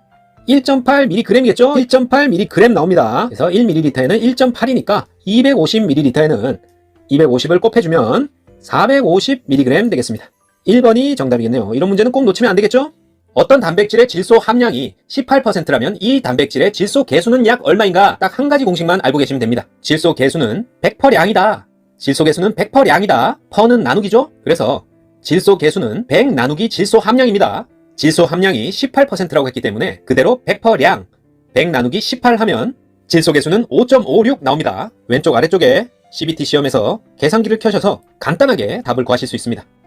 그래서 질소 계수는 100%량이다. 5.56 체크하고 넘어가시면 되겠습니다. 보고 중독을 일으키는 독성분은 테트로도톡신입니다. 테트로도톡신은 보고 중독을 일으키는 독성분이다. 복태. 보고는 테트로도톡신. 과일 통조림으로부터 용출되어서 구토, 설사, 복통의 중독 증상을 유발할 가능성이 있는 물질은 주석입니다. 크롬 아니고 구리 아닙니다. 통조림은 주석이다. 과일 통조림으로부터 용출되어 구토, 설사, 복통, 중독 증상을 유발할 가능성이 있는 물질은 주석입니다. 화학성 식중독의 원인은 중금속에 의한 중독, 유해성 식품 첨가물에 의한 중독, 그리고 환경오염에 기인하는 식품 유독 성분 중독이 있습니다. 설사성 폐류 중독 아니에요. 자, 우리가 식중독의 원인이다 하면 세 가지로 나눌 수 있는데 미생물에 의한 식중독, 그리고 자연 식중독, 화학적 식중독, 이렇게 식중독은 세 가지로 분류할 수 있습니다. 자, 미생물에 의한 식중독은 세균이나 바이러스, 그리고 자연 식중독은 앞에 오답으로 나왔던 어패류, 동식물이나 곰팡이에 의한 식중독이 자연 식중독입니다. 그리고 앞에 살펴봤던 화학적 식중독은 중금속, 유해성 식품 첨가물, 환경오염에 기인하는 식품 유독 성분 중독이 바로 화학적 식중독이 되겠습니다. 식중독 중에서 해산물을 통해 많이 발생하는 식중독은 장염비브리오균 식중독입니다. 장염비브리오균 식중독은 해산물을 통해서 많이 발생하는 식중독입니다. 색소를 함유하고 있지 않지만 식품 중에 있는 성분과 결합해서 색을 안정화시키고 선명하게 하는 식품 첨가물을 발색제라고 합니다. 한자 그대로 색채가 발생하는 거죠. 그래서 발색제다. 색소를 함유하고 있지 않지만 식품 중의 성분들과 결합해서 색을 안정화시키고 선명하게 하는 식품 첨가물은 발색제입니다. 마늘에 함유된 황화물로 특유의 냄새가 나는 것은 알리신 때문이죠. 마늘에 함유된 황화물이다. 그리고 특유의 냄새가 난다. 알리신입니다. 마늘이 알싸하죠? 혀가 알알합니다. 알리심. 쇠고기 부위 중에 탕, 스튜, 찜에 가장 적합한 부위는 사태입니다. 쇠고기의 사태살로 탕, 스튜, 찜 만듭니다. 식품의 부패와 변질은 수분, 온도, 효소와 관련이 있습니다. 압력과 관련 없다. 식품의 부패와 변질은 수분과 온도와 효소, 이 세 가지 요인과 관련이 깊습니다. 압력 관계없습니다. 세균성 이질, 장티푸스, 화농성 질환은 식품위생법상 영업에 종사하지 못하는 질병입니다. 하지만 비감염성 혈액이다? 상관없겠죠. 세균성 이질, 장티푸스, 화농성 질환 모두 감염병이죠. 그래서 식품위생법상 영업에 종사하지 못하는 질병입니다. 하지만 비감염성 혈액은 여기에 속하지 않는다. 치즈와 버터, 액상 발효유는 우유 가공품입니다. 당연하죠. 하지만 마시멜로우는 아니에요. 하얀색이라고 우유 가공품 아닙니다. 치즈, 버터, 액상 발효유는 우유 가공품 맞지만 마시멜로우 우유 가공품 아니다. 효소의 주된 구성 성분은 단백질입니다. 효소의 주된 구성 성분은 단백질이다. 조리법이죠. 조리법 중 비타민C 파괴율이 가장 적은 것은 무를 생채로 했을 때 무생채입니다. 고사리 무침, 오이지, 시금치국 같이 보기로 나왔다면 무생채 고르셔야 됩니다. 무치고 절이고 국으로 끓인다? 무생채보다는 비타민C 파괴율이 더 높습니다. 국물의 맛성분이 적게 용출되도록 하기 위해 편육을 할 때 끓는 물에 삶아냅니다. 편육을 끓는 물에 삶아내는 이유는 국물의 맛성분이 적게 용출되도록, 쉬운 말로 육즙을 가두기 위해서죠. 고기 냄새를 없애기 위해서다 아니고요. 육질을 단단하게 하기 위해서 아니고 지방 용출을 적게 하기 위해서 그럴듯하지만 아닙니다. 국물의 맛성분이 적게 용출되도록 하기 위해서 편육을 끓는 물에 삶아냅니다. 감염병 중에 장티푸스, 콜레라, 이질은 환경위생 개선으로 감소시킬 수 있다. 하지만 인플루엔자는 안 됩니다. 자, 인플루엔자는 감염병 중에 세균성이 아니라 바이러스에 의한 거죠. 그래서 세균의 번식 환경인 온도, 습도, 영양분 그런 것들은 조리장의 환경위생과 아주 관련이 깊습니다. 그래서 환경위생의 개선으로 감소시킬 수 있는 것은 장티푸스, 콜레라, 이질이지 인플루엔자 아니다. 말라리아, 유행성 이하선염, 매독은 우리나라의 법정 감염병 맞습니다. 하지만 기생충은 법정 감염병 아닙니다. 말라리아, 유행성 이하선염, 매독, 말류매는 우리나라 법정 감염병이다. 조리와 가공 중에 천연색소의 변색 요인과 거리가 먼 것은 산소, 효소, 금속은 조리나 가공 중에 천연색소의 변색을 가져옵니다. 하지만 질소는 변색 요인과 관계없습니다. 조리와 가공 중에 천연색소의 변색 요인과 관계 있는 것은 산화나 발효가 일어나는 산소나 효소, 그리고 금속이 변색 요인과 관련이 있고 질소는 상관없습니다. 메가당은 포도당 2분자가 결합된 것입니다. 메가당은 포도당 2분자가 결합된 것이다. 맥포투다. 식품 내 수분 중에 미생물이 이용 가능한 수분을 유리수를 기준으로 표시한 것을 수분 활성도 AW라고 합니다. 식품 내 수분 중에 미생물이 이용 가능한 수분을 유리수를 기준으로 표시한 것을 수분 활성도라 한다. 이 수분 활성도가 높으면 미생물이 이용 가능한 수분의 양이 많다는 것이고 식품이 쉽게 상하겠죠. 미생물이 이용 가능한 수분을 유리수를 기준으로 표시한 것이 수분 활성도인데 이 수분 활성도가 높으면 음식물이 쉽게 상한다. 그렇게 이해해 주시면 됩니다. 생선구이를 할 때 지방 함량이 낮은 것보다는 높은 것이 풍미가 더 좋습니다. 생선구이를 할 시에 지방 함량이 낮은 것보다는 지방 함량이 높은 것이 풍미가 더 좋다. 너 튀김 맛있겠다. 고온 단시간에 가열해서 영양소 손실이 적고 기름 맛이 더해져서 맛이 좋아지며 바삭바삭해서 입안 촉감이 좋은 건 맞지만 튀김을 하면 불미 성분이 제거된다 하면 틀린 말입니다. 튀김은 고온 단시간 가열로 영양소 손실이 적고 기름 맛이 더해져서 맛이 좋아지고 바삭바삭해서 입안 촉감도 좋아지지만 불미 성분이 제거되는 것은 아니다. 눈 보호를 위해 가장 좋은 인공 조명 방식은 간접 조명입니다. 눈 보호를 위해서 가장 좋은 인공 조명 방식은 간접 조명이다. 사람이 예방 접종을 통해서 면역을 얻는 것을 인공 능동 면역이라고 합니다. 인공 능동 면역은 사람이 예방 접종을 통해서 얻는 면역을 얘기합니다. 조리 시 올바른 계량법에 대해 알아보면 된장, 흑설탕은 꼭꼭 눌러 담아서 수평으로 깎아서 계량을 합니다. 맞는 말이고요. 저울은 반드시 수평한 곳에서 0으로 맞추고 사용한다. 마가린은 실온일 때 꼭꼭 눌러 담아서 평평한 것으로 깎아서 계량한다. 다 맞는 말입니다. 하지만 우유를 투명 기구에 담고 액체 표면의 윗부분을 눈과 수평으로 하여 계량한다 하면 틀린 말이에요. 액체 표면의 윗부분이 아니고 투명 기구에 담았을 때 액체 표면의 아랫부분을 눈과 수평으로 하여 계량하는 것이 바로 우유입니다. 우유는 투명 기구에 담았을 때 액체 표면의 아랫부분을 눈과 수평으로 하여 계량합니다. 우리가 총 원가라 하면 제조 원가에 판매 관리비를 더한 겁니다. 판매 관리비와 제조 원가의 합이 바로 총 원가다. 그래서 총은 판제다. 총판제다. 총 원가는 판매 관리비 플러스 제조 원가다. 총판제. 확실히 기억하고 계시면 밑에 거 읽을 필요 없습니다. 세균성 식중독과 병원성 소화기계 감염병을 비교해보면 먼저 왼쪽에 세균성 식중독 요거만 보시면 됩니다. 세균성 식중독은 식품위생법으로 관리하고 병원성 감염병은 감염병 예방법으로 관리한다. 세균성 식중독은 비교적 짧은 잠복기를 가지고 있고 많은 균량으로 발병을 합니다. 그리고 2차 감염은 없고 균의 동력이 약하다. 그리고 면역성이 없는 것이 특징입니다. 반면에 병원성 소화기계 감염병은 긴 잠복기를 가졌고 균 양이 적어도 발병하며 2차 감염이 있고 균의 동력이 강하다. 그리고 예방 접종으로 면역성을 가질 수 있는 것이 바로 병원성 소화기계 감염병입니다. 다시 한번 세균성 식중독은 식품위생법으로 관리하고 비교적 짧은 잠복기를 가지고 있으며 많은 균량이 있어야 발병하고 2차 감염은 없다. 살모넬라 균을 제외하고는 2차 감염이 없습니다. 균의 동력은 약하고 면역성이 없는 것이 특징인 세균성 식중독입니다. 특징을 비교하는 문제가 자주 나옵니다. 중금속은 인체에 다량이 축적될 때 비로소 건강장애가 일어납니다. 그래서 건강장애가 일어난 후에 검사를 받았을 때는 이미 중금속이 인체에 많이 축적돼 있어서 안타까울 때가 많은데요. 자, 틀린 답은 중금속은 비중이 4.0 이상의 금속을 말하죠. 이하의 금속을 말한다면 틀리고요. 생체 기능 유지에 전혀 필요 없는 거 아닙니다. 그리고 생체와의 친화성이 거의 없다. 이 말도 틀린 말입니다. 생체 기능 유지에 필요한 성분이 있고 생체와의 친화성도 있어서 거의 없다면 틀립니다. 이따이 병과 관계 있는 중금속 물질은 카드뮴입니다. 카드뮴이 이따이 병과 관계 있는 중금속 물질이다. 오래된 과일이나 산성 채소 통조림 등에서 화학성 식중독을 일으키는 물질은 주석입니다. 철분 아니고 아연 아닙니다. 주석은 오래된 과일이나 산성 채소 통조림 등에서 화학성 식중독을 일으키는 물질이다. 조리사 또는 영양사 면허가 취소된 날로부터 1년이 경과돼야 면허를 다시 받을 자격이 생깁니다. 조리사 영양사 면허가 취소됐다면 취소된 날로부터 1년이 경과돼야 면허를 다시 받을 자격이 생깁니다. 1년입니다. 1년. 취소 후 1년 지나야 다시 면허 취득 자격 생긴다. 세균 변식이 잘 되는 식품은 어떤 조건을 가지고 있어야 되는가? 온도가 적당한 식품에서 세균 번식이 잘 되고 수분을 함유한 식품이어야 되고 영양분이 많은 식품일 경우 세균 번식이 잘 되겠습니다. 그래서 온수형, 온도, 수분, 영양분이 많을 경우 세균이 잘 번식하는 조건이 되겠습니다. 온수형이다. 하지만 산이 많은 식품 세균 번식이 잘 된다. 틀린 답이죠. 소분업 판매를 할 수 있는 식품은 빵가루 됩니다. 빵가루 되고 전분 안 되고 식용 유지, 식초는 안 됩니다. 소분업 판매를 할 수 있는 식품에 빵가루는 되지만 전분, 식용 유지, 식초 안 된다. 탄수화물이 조리 가공 중에 변화되는 현상과 관계 깊은 것은 호화입니다. 호화. 호화는 탄수화물이 조리 가공 중에 변화되는 현상과 관계 있습니다.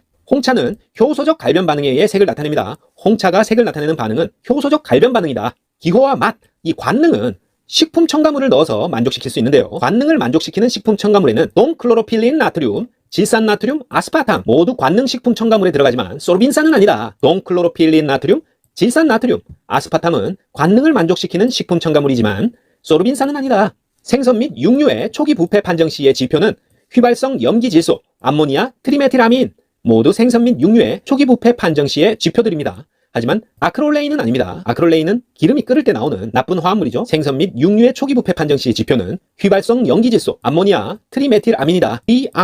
휘암트네요. 식품위생법 등 식품위생행정 업무 담당 기관은 식품의약품 안전처지 환경부 아니고 보건복지부 아닙니다. 식품위생법 등 식품위생행정업무 담당 기관은 식품의약품 안전처다. 환경부 보건복지부 아닙니다. 냉동된 생선을 해동하는 방법으로 위생적이며 영양 손실이 가장 적은 방법은 냉장고 속에서 해동하는 방법입니다. 냉장고 속에 넣어서 해동하는 방법이 바로 위생적이고 영양 손실이 가장 적은 방법이다. 생선 해동은 냉장고 속에서. 우리가 식품의 상태가 좋은 건지 나쁜 건지 감별하는 방법 중에 돼지고기 색이 검붉은 색인 것은 늙은 돼지의 고기일 수 있다. 맞는 말입니다. 늙은 돼지의 고기일 경우 색이 검붉은 색일 수 있습니다. 쌀알은 투명하고 앞니로 씹었을 때 강도가 센 것이 좋다. 맞는 말입니다.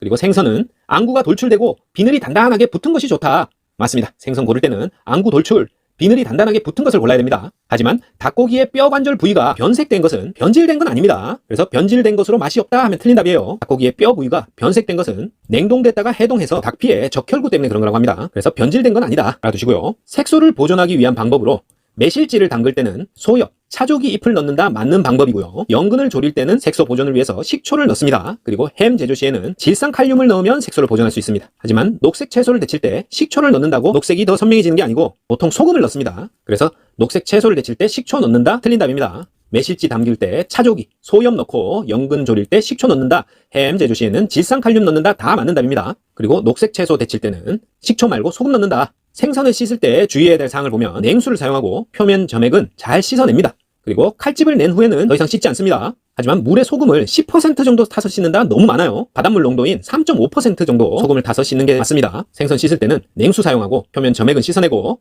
칼집을 낸 후에는 씻지 않는다. 그리고 물에 소금을 3.5% 탄다 해야지 10% 탄다 하면 너무 많습니다. 틀린 답이에요. 단맛 성분에 짠맛 성분을 혼합한다. 단짠이네요. 그랬을 때 단맛이 증가하는 현상은 맛의 대비 현상입니다.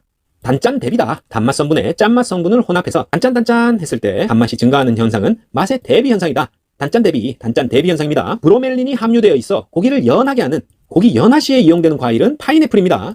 파인애플은 고기를 연화시킬 때 사용하는 과일로 브로멜린이 함유되어 있다. 우리가 신선하지 못한 달걀을 판정하는 방법은 달걀을 흔들어서 소리가 난다. 신선하지 않습니다. 그리고 삶았을 때 난황 표면이 암록색으로 쉽게 변하는 것도 신선하지 않은 달걀이에요. 그리고 껍질이 매끈하고 윤기가 있다? 이거 좋은 거 아닙니다. 거칠거칠한 표면이 오히려 신선한 달걀입니다. 그리고 깨봤을 때 많은 양의 난배기, 난황을 에워싸고 있다. 신선한 달걀입니다. 노른자 주변에 흰자가 더 높이 많은 양이 가까이 둘러싸져 있으면 더 신선한 달걀입니다. 대두를 구성하는 콩 단백질의 주 성분은 글리시닌이에요. 글리아딘 아니고 글루텔린 아닙니다. 대두, 큰 머리가 아니고 큰 콩이죠. 대두를 구성하는 콩 단백질의 주성분은 글리시닌이라 대두신이라. 콩 단백질의 주성분은 글리시닌, 대두신이라. 간장, 다시마 등의 감칠맛을 내는 주된 아미노산은 글루탐산입니다. 글루탐산은 간장, 다시마 등의 감칠맛을 내는 주된 아미노산입니다. 우유를 데울 때 가장 좋은 방법은 이중 냄비에 넣고 저으면서 데우는 겁니다. 가만히 두는 게 아니고 이중 냄비에 넣어서 저으면서 데운다. 뭐를? 우유를 데울 때 1g당 발생하는 열량이 가장 큰 것은 탄수화물, 지방, 단백질, 알코올 중에 지방입니다. 지방은 1g으로 9.45kcal의 열량을 내고 알코올은 7.1, 단백질은 5.65, 당질, 탄수화물은 4.1kcal를 내요. 이 중에 가장 적은 것은 탄수화물이 되겠고 열량이 가장 큰 것은 지방입니다. 9.45kcal. 소음의 측정 단위는 dB, 데시벨입니다. 데시벨이 소음의 측정 단위다. dB로 나타납니다. 동물과 사람의 공통으로 감염되는 인수공통 감염병으로 그 병원체가 세균인 것은 결핵입니다. 결핵은 인수공통 감염병으로 병원체가 세균입니다. 하지만 일본 뇌염, 공수병, 광견병이죠. 이런 것들은 바이러스에 의해서 감염되는 것이지 병원체가 세균 아닙니다. 세균은 결핵. 일본 뇌염, 공수병, 광견병은 바이러스입니다. 음식물이나 식수에 오염되어서 입으로, 경구로 침입되는 감염병은 파라티푸스, 세균성 이질, 폴리오 있습니다. 파라티푸스, 세균성 이질, 폴리오는 음식물이나 식수에 오염되어서 경구로 침입되는 감염병이다. 하지만 유행성 이하선염, 볼거리죠. 볼거리는 RNA 바이러스가 침, 공기 등으로 전파되는 것이어서 음식물이나 식수에 오염돼서 경구로 침입되는 감염병이다. 여기 속하지 않습니다. 파라티푸스, 세균성 이질, 폴리오가 여기에 속합니다. 버터의 대용품으로 식물성 유지인 것은 마가린입니다. 마가린은 버터의 대용품으로 사용되는 것 중에서 식물성입니다. 식물성 유지가 바로 마가린입니다. 편육을 할 때는 끓는 물에 고기를 덩어리째 넣고 삶는 게 좋습니다. 썰어서 넣는 게 아니고 편육을 할 때는 끓는 물에 고기를 덩어리째 넣고 삶는다. 육즙이 빠져나가지 않고 탱탱하게 삶는 가장 좋은 방법입니다. 젤라틴과 한천에 대한 설명으로 틀린 것을 찾으면 한천은 식물성 근원이고 젤라틴은 동물성 근원입니다. 한천은 보통 28도에서 35도에서 응고해서 온도가 낮을수록 빨리 굳습니다. 젤라틴은 젤리, 양과자 등에서 응고제로 쓰입니다. 다 맞는 말이고 젤라틴에 생 파인애플을 넣으면 단단하게 응고한다. 이게 틀린 답이에요. 생 파인애플은 그 안에 산이 젤라틴의 응고를 방해합니다. 자, 다시 한번. 한천은 식물성, 젤라틴은 동물성입니다. 한천은 보통 28에서 35도에서 응고하고 온도가 낮을수록 빨리 굳는다. 한천. 그리고 젤라틴은 젤리, 양과자 등에서 응고제로 쓰입니다. 하지만 젤라틴이 생 파인애플을 넣었을 때 단단하게 응고된다 하면 틀린 답이에요. 공중보건학의 목표는 지역사회 보건 수준 향상, 건강유지, 질병 예방이지 질병을 치료하는 기능 없습니다. 공중보건학의 목표는 지역사회 보건 수준 향상, 건강유지, 질병 예방이 목표지 질병 치료가 목표가 아니다. 폴리오는 생균을 사용해서 예방접종을 하면 면역성을 가지게 됩니다. 폴리오는 사백신 아니고 생백신, 라이브 백신을 사용해서 예방접종을 한다. 폴리오 생균입니다. 돼지고기를 날것으로 먹거나 불완전하게 가열해서 섭취했을 때 감염되는 유구조충입니다. 무구조충 아니고 이렇게 생긴 유구조충에 감염되는데 돼지고기를 날것으로 먹거나 불완전하게 가열 시 이 징그러운 유구조충이 우리 몸속으로 들어오게 되겠습니다. 아이고 징그러. 스파게티와 국수 등에 이용되는 문어나 오징어 먹물의 색소는 멜라닌 색소입니다. 문어나 오징어 먹물의 색소로 스파게티와 국수 등에 이용된다. 멜라닌 색소예요. 단체 급식을 하는 목적은 우리 학생이나 노약자, 피급식자들의 건강의 회복, 유지, 증진을 도모한다. 그리고 영양교육과 음식의 중요성 교육으로 바람직한 급식을 실현한다. 피급식자의 식비를 경감한다. 모두 단체 급식의 목적이 맞고요. 하지만 피급식자에게 물질적 충족을 준다? 틀린 답입니다. 단체 급식 먹는다고 부자가 된 느낌이 드는 건 아니에요. 식비를 경감할 수는 있지만 그거 아껴서 부자가 되는 건 아니다. 물질적 충족을 준다 하면 틀립니다. 조미의 기본 순서는 설소 간식입니다. 설소 간식이 조미의 기본 순서다. 설탕, 소금, 간장, 식초 순입니다. 설소 간식. 상식적으로도 나물 무치거나 국 끓일 때 식초부터 붓지는 않습니다. 그래서 설탕, 소금, 간장, 식초 순이다. 설소 간식. 상수 처리 과정 중에서 가장 마지막 단계는 급수입니다. 급수. 우리가 한강물, 낙동강물 상수원에서 물을 끌어와서 수돗물로 만드는 과정, 상수 처리 과정은 침사, 침전, 여과, 소독, 급수순입니다. 사전, 여소급 이렇게 외우면 됩니다. 사전, 여소급이다. 상수 처리 과정은 사전에 여과하고 소독해서 급수합니다. 침사가 먼저고 그 다음에 침전하는 거예요. 가장 마지막 단계는 급수죠. 하수 처리는 예비 처리, 본 처리, 온이 처리 순서입니다. 자, 온이 처리가 가장 마지막이다. 예비는 가장 먼저, 그 다음에 본 처리하고 온이 처리 순서다. 하수 처리 순서입니다. 상수 처리는 사전, 요소급. 자, 규폐증은 대표적인 진폐증으로 마른 기침과 호흡곤란이 주 증상입니다. 먼지 입자의 크기가 0.5에서 5 마이크로미터일 때 가장 잘 발생하고 암석 가공, 도자기, 유리 제조업 등의 근로자들에게 많이 발생하는 병이 바로 규폐증입니다. 하지만 일반적으로 위험 요인에 노출된 근무 경력이 1년 이후부터 자각 증상이 발생한다 하면 틀려요. 이 자각 증상은 스스로 알게 되는 거죠. 이게 처음에는 잘 모릅니다. 그리고 5년, 6년, 10년, 길게는 30년 후에 이 자각 증상이 발생하기도 하는 게 규폐증입니다. 대상 집단의 조직체가 급식 운영을 직접 하는 형태는 직영급식입니다. 직영급식은 대상 집단의 조직체가 급식 운영을 직접 하는 형태다. 직영급식. 수라상의 반찬 가짓수는 12첩입니다. 수라상의 잔품 가짓수는 12첩이다. 덩어리 육류를 건열로 표면에 갈색이 나도록 구워서 내부 육즙이 빠져나오지 않게 한 후 소량의 물과 우유와 함께 습열 조리를 하는 것을 브레이징이라고 합니다. 브레이징은 주로 덩어리 육류를 먼저 건열로 표면에 갈색이 나도록 구워서 내부 육즙이 빠져나오지 않게 한 후에 소량의 물이나 우유와 함께 습열 조리를 하는 것입니다. 브레이징.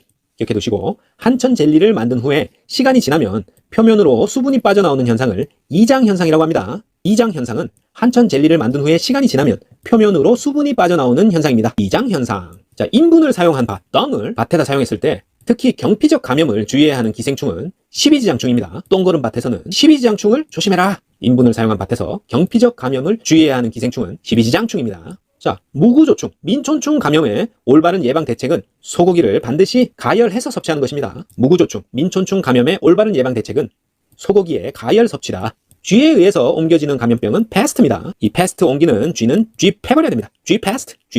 중금속과 중독 증상의 연결이 잘못된 것을 한번 찾아보면 카드뮴은 이따이 병이죠. 신장 기능 장애를 가져옵니다. 그리고 크롬은 비중격 천공, 비중격에 구멍이 뚫리는 무서운 증상을 가져오는 크롬. 그리고 수은은 홍독성 흥분입니다. 하지만 납은 섬유화 현상 아니고 사지마비, 조혈기능 장애를 가져옵니다. 카드뮴은 신장기능 장애, 크롬은 비중격 천공, 수은은 홍독성 흥분. 하지만 납은 섬유화 현상 아니고 사지마비, 조혈기능 장애를 가져옵니다. 국소 진동으로 인한 질병, 직업병의 예방 대책은 보건교육을 하고 작업시간을 단축하고 완충장치를 한다. 다 진동으로 인한 질병, 직업병의 예방 대책에 맞지만 방열복을 착용하는 것은 진동하고는 관계없겠죠. 열을 막아주는 거니까 진동으로 인한 질병과는 관련 없다. 보건교육, 작업시간 단축, 완충장치는 예방대책 맞다. 쓰레기 처리 시에 미생물까지 사멸하는데 아주 효과적이고, 하지만 대기오염 물질을 유발한다. 어떤 방법이죠? 소각법입니다. 소각법. 다 태워버리는 거죠. 태워버리면 미생물까지 완전히 사멸시키지만 대기오염을 유발한다. 소각법입니다. 평생 매일매일 섭취해도 아무런 장애가 일어나지 않는 최대량을 1일 섭취 허용량이라고 합니다. ADI. 매일 섭취해도 아무런 장애가 일어나지 않는 최대 수치는 바로 1일 섭취 허용량이지 50% 치사량, 최대 무작용량 아닙니다. 자, 1일 섭취 허용량은 1일 체중 킬로그램당 미리그램 수로 표시하는데요. 매일 섭취해도 아무런 장애가 일어나지 않는 최대량을 의미합니다. 1일 섭취 허용량이다. 바지락 속에 들어있는 독성분은 베네루핀입니다. 베네루핀은 바지락에 들어있는 독성분이다. 바지락, 베네루핀입니다. 독성분 짝짓기 한번 해보면 솔라닌 감자싹이고요. 무스카린은 광대버섯 등의 버섯류, 그리고 아마니타 톡신도 독버섯에서 발견되는 독성분입니다. 자, 식중독의 잠복기가 아주 짧은 것은 황색 포도상구균 식중독입니다. 잠복기가 1시간에서 6시간밖에 안 되는 것이 황색 포도상구균 식중독인데요. 장염 비브리오 식중독은 10시간이고 장구균 식중독은 평균 10시간입니다. 살모넬라균 식중독도 12시간에서 36시간이 지나야 증상이 나타나기 때문에 식중독 잠복기가 가장 짧은 것은 황색 포도상구균 1시간에서 6시간의 잠복기를 가진 식중독이다. 김치에 존재하는 이 시큼한 맛, 이 산에 의해서 섬유소가 단단해지기 때문에 이 신김치는 오래 끓여도 쉽게 연해지지 않는 겁니다. 이거 맞는 말입니다.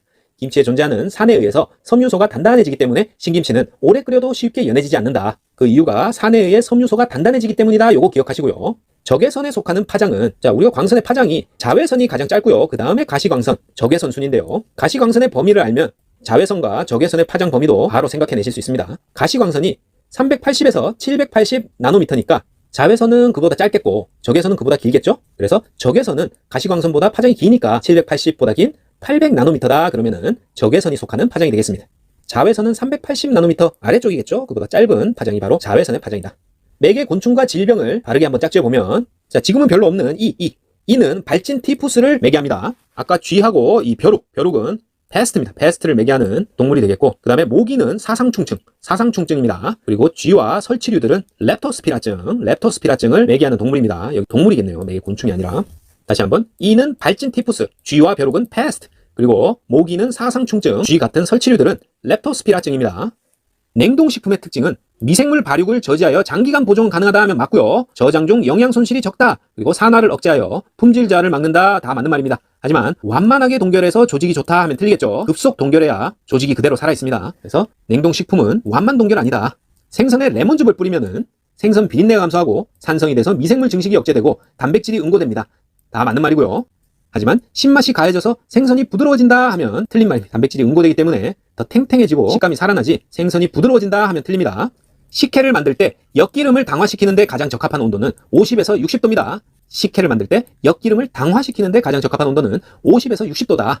식혜 엿기름 당화는 5, 60도입니다. 아일랜드형의 이 주방 형태는 환풍기와 후드의 수를 최소화할 수 있는 형태입니다. 환풍기와 후드 수를 최소화할 수 있는 조리장의 형태는 아일랜드형입니다. 우리가 일반 음식점의 모범업소의 지정 기준을 한번 살펴보면 종업원은 청결한 위생복을 착용해야 된다, 그런 기준이 있고요. 화장실에 일회용 위생종이 또는 에어타월이 당연히 비치되어 있어야 되겠죠. 주방에는 입식조리대를 설치해야지 쪼그리고 앉아서 작업한다? 모범업소 못 됩니다. 하지만 일회용 물컵을 반드시 사용해야 된다? 모범적이지 않죠. 일회용 물컵 사용이 모범업소의 지정 기준 아닙니다. 난황, 계란 노른자에 들어있으며 마요네즈 제조 시에 유화제 역할을 하는 성분은 레시틴입니다. 레시틴이 마요네즈 제조할 때 유화제 역할을 한다. 그리고 노른자에 들어있는 성분이다. 레시틴입니다. 불포화 지방산에 수소를 첨가하는 것을 지방의 경화라고 합니다. 지방의 경화는 불포화 지방산에 수소를 첨가한다. 그게 바로 지방의 경화다. 찾으셔야 됩니다. 어류의 염장법 중에 건염법, 마른 간법은 식염의 침투가 빠르지만 품질이 균일하지 못하고 지방질의 산화로 변색이 쉽게 일어난다. 다 맞는 말입니다. 어류의 염장법 중에 건염법, 마른 간법은 식염의 침투가 빠르지만 품질이 균일하지 못하고 지방질의 산화로 변색이 쉽게 일어납니다. 하지만 선도가 낮은 어류로 염장할 경우에는 생산량이 증가한다?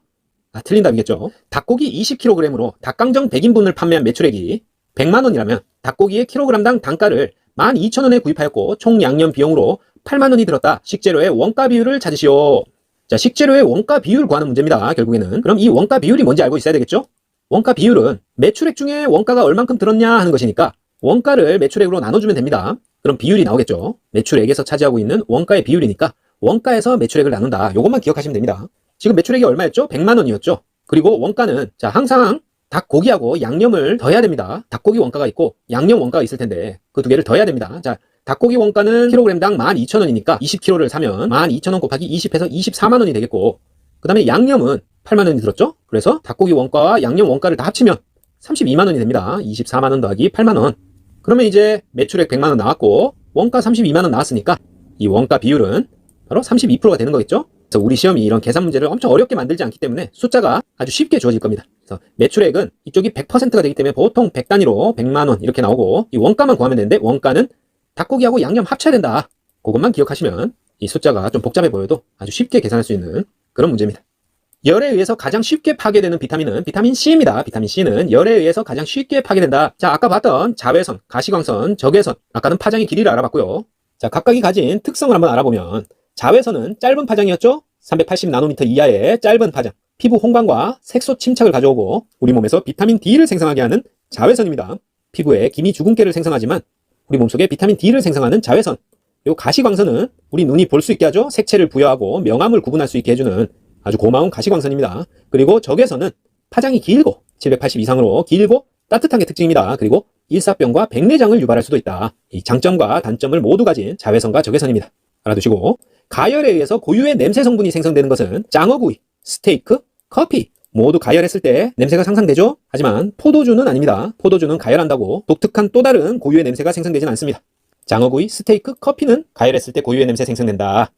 연제품 제조 시에 탄성력을 위해서 꼭 첨가해야 하는 것은 이 연제품이란 것은 고기를 갈아서 다져서 만든 어육이나 소시지 제품 뭐 그런 겁니다. 이런 연제품 제조 시에 탄성력 증대를 위해서 꼭 첨가하는 것은 소금입니다. 소금, 다른 성분 아니고 소금을 넣어서 짭짤해야 탄성력이 증가된다. 식품위생법상 출입, 검사, 수거와 관련해서 관계 공무원은 영업소의 식품 또는 영업시설 검사를 실시할 수 있다. 맞고요. 필요에 따라 영업장부 또는 서류 열람이 가능하다.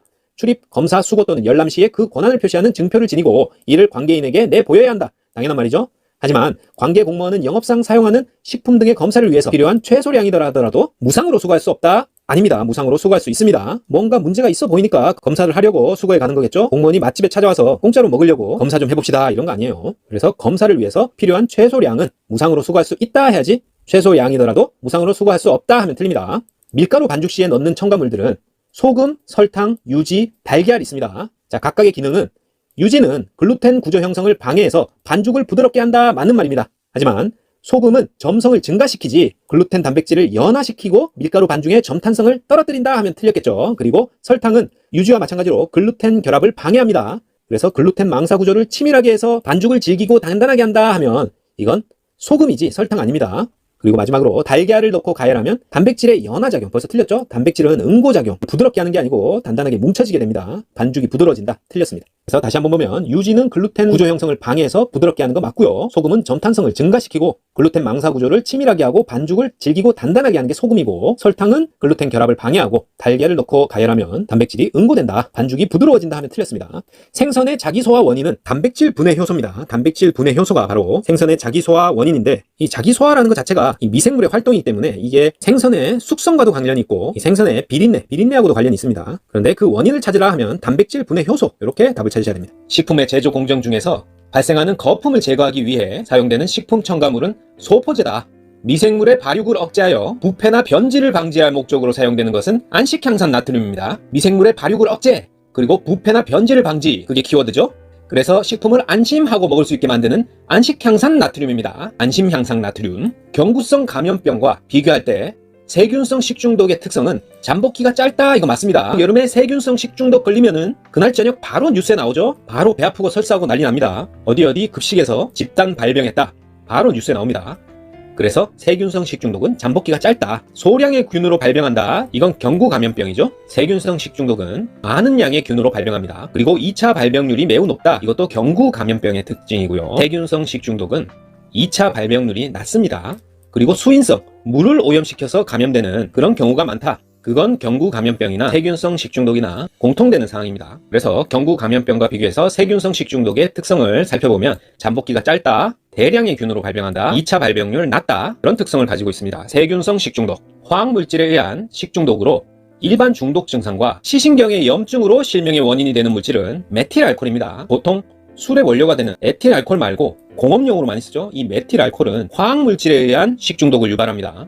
그리고 시신경의 염증으로 잘못해서 마시게 되면 실명이 됩니다. 그래서 에틸알코올과 달리 아주 위험한 화학물질인 메틸알코올, 아까 특성을 살펴봤던 이 세균성 식중독에는 장구균, 비브리오균, 병원성 대장균 식중독이 있습니다.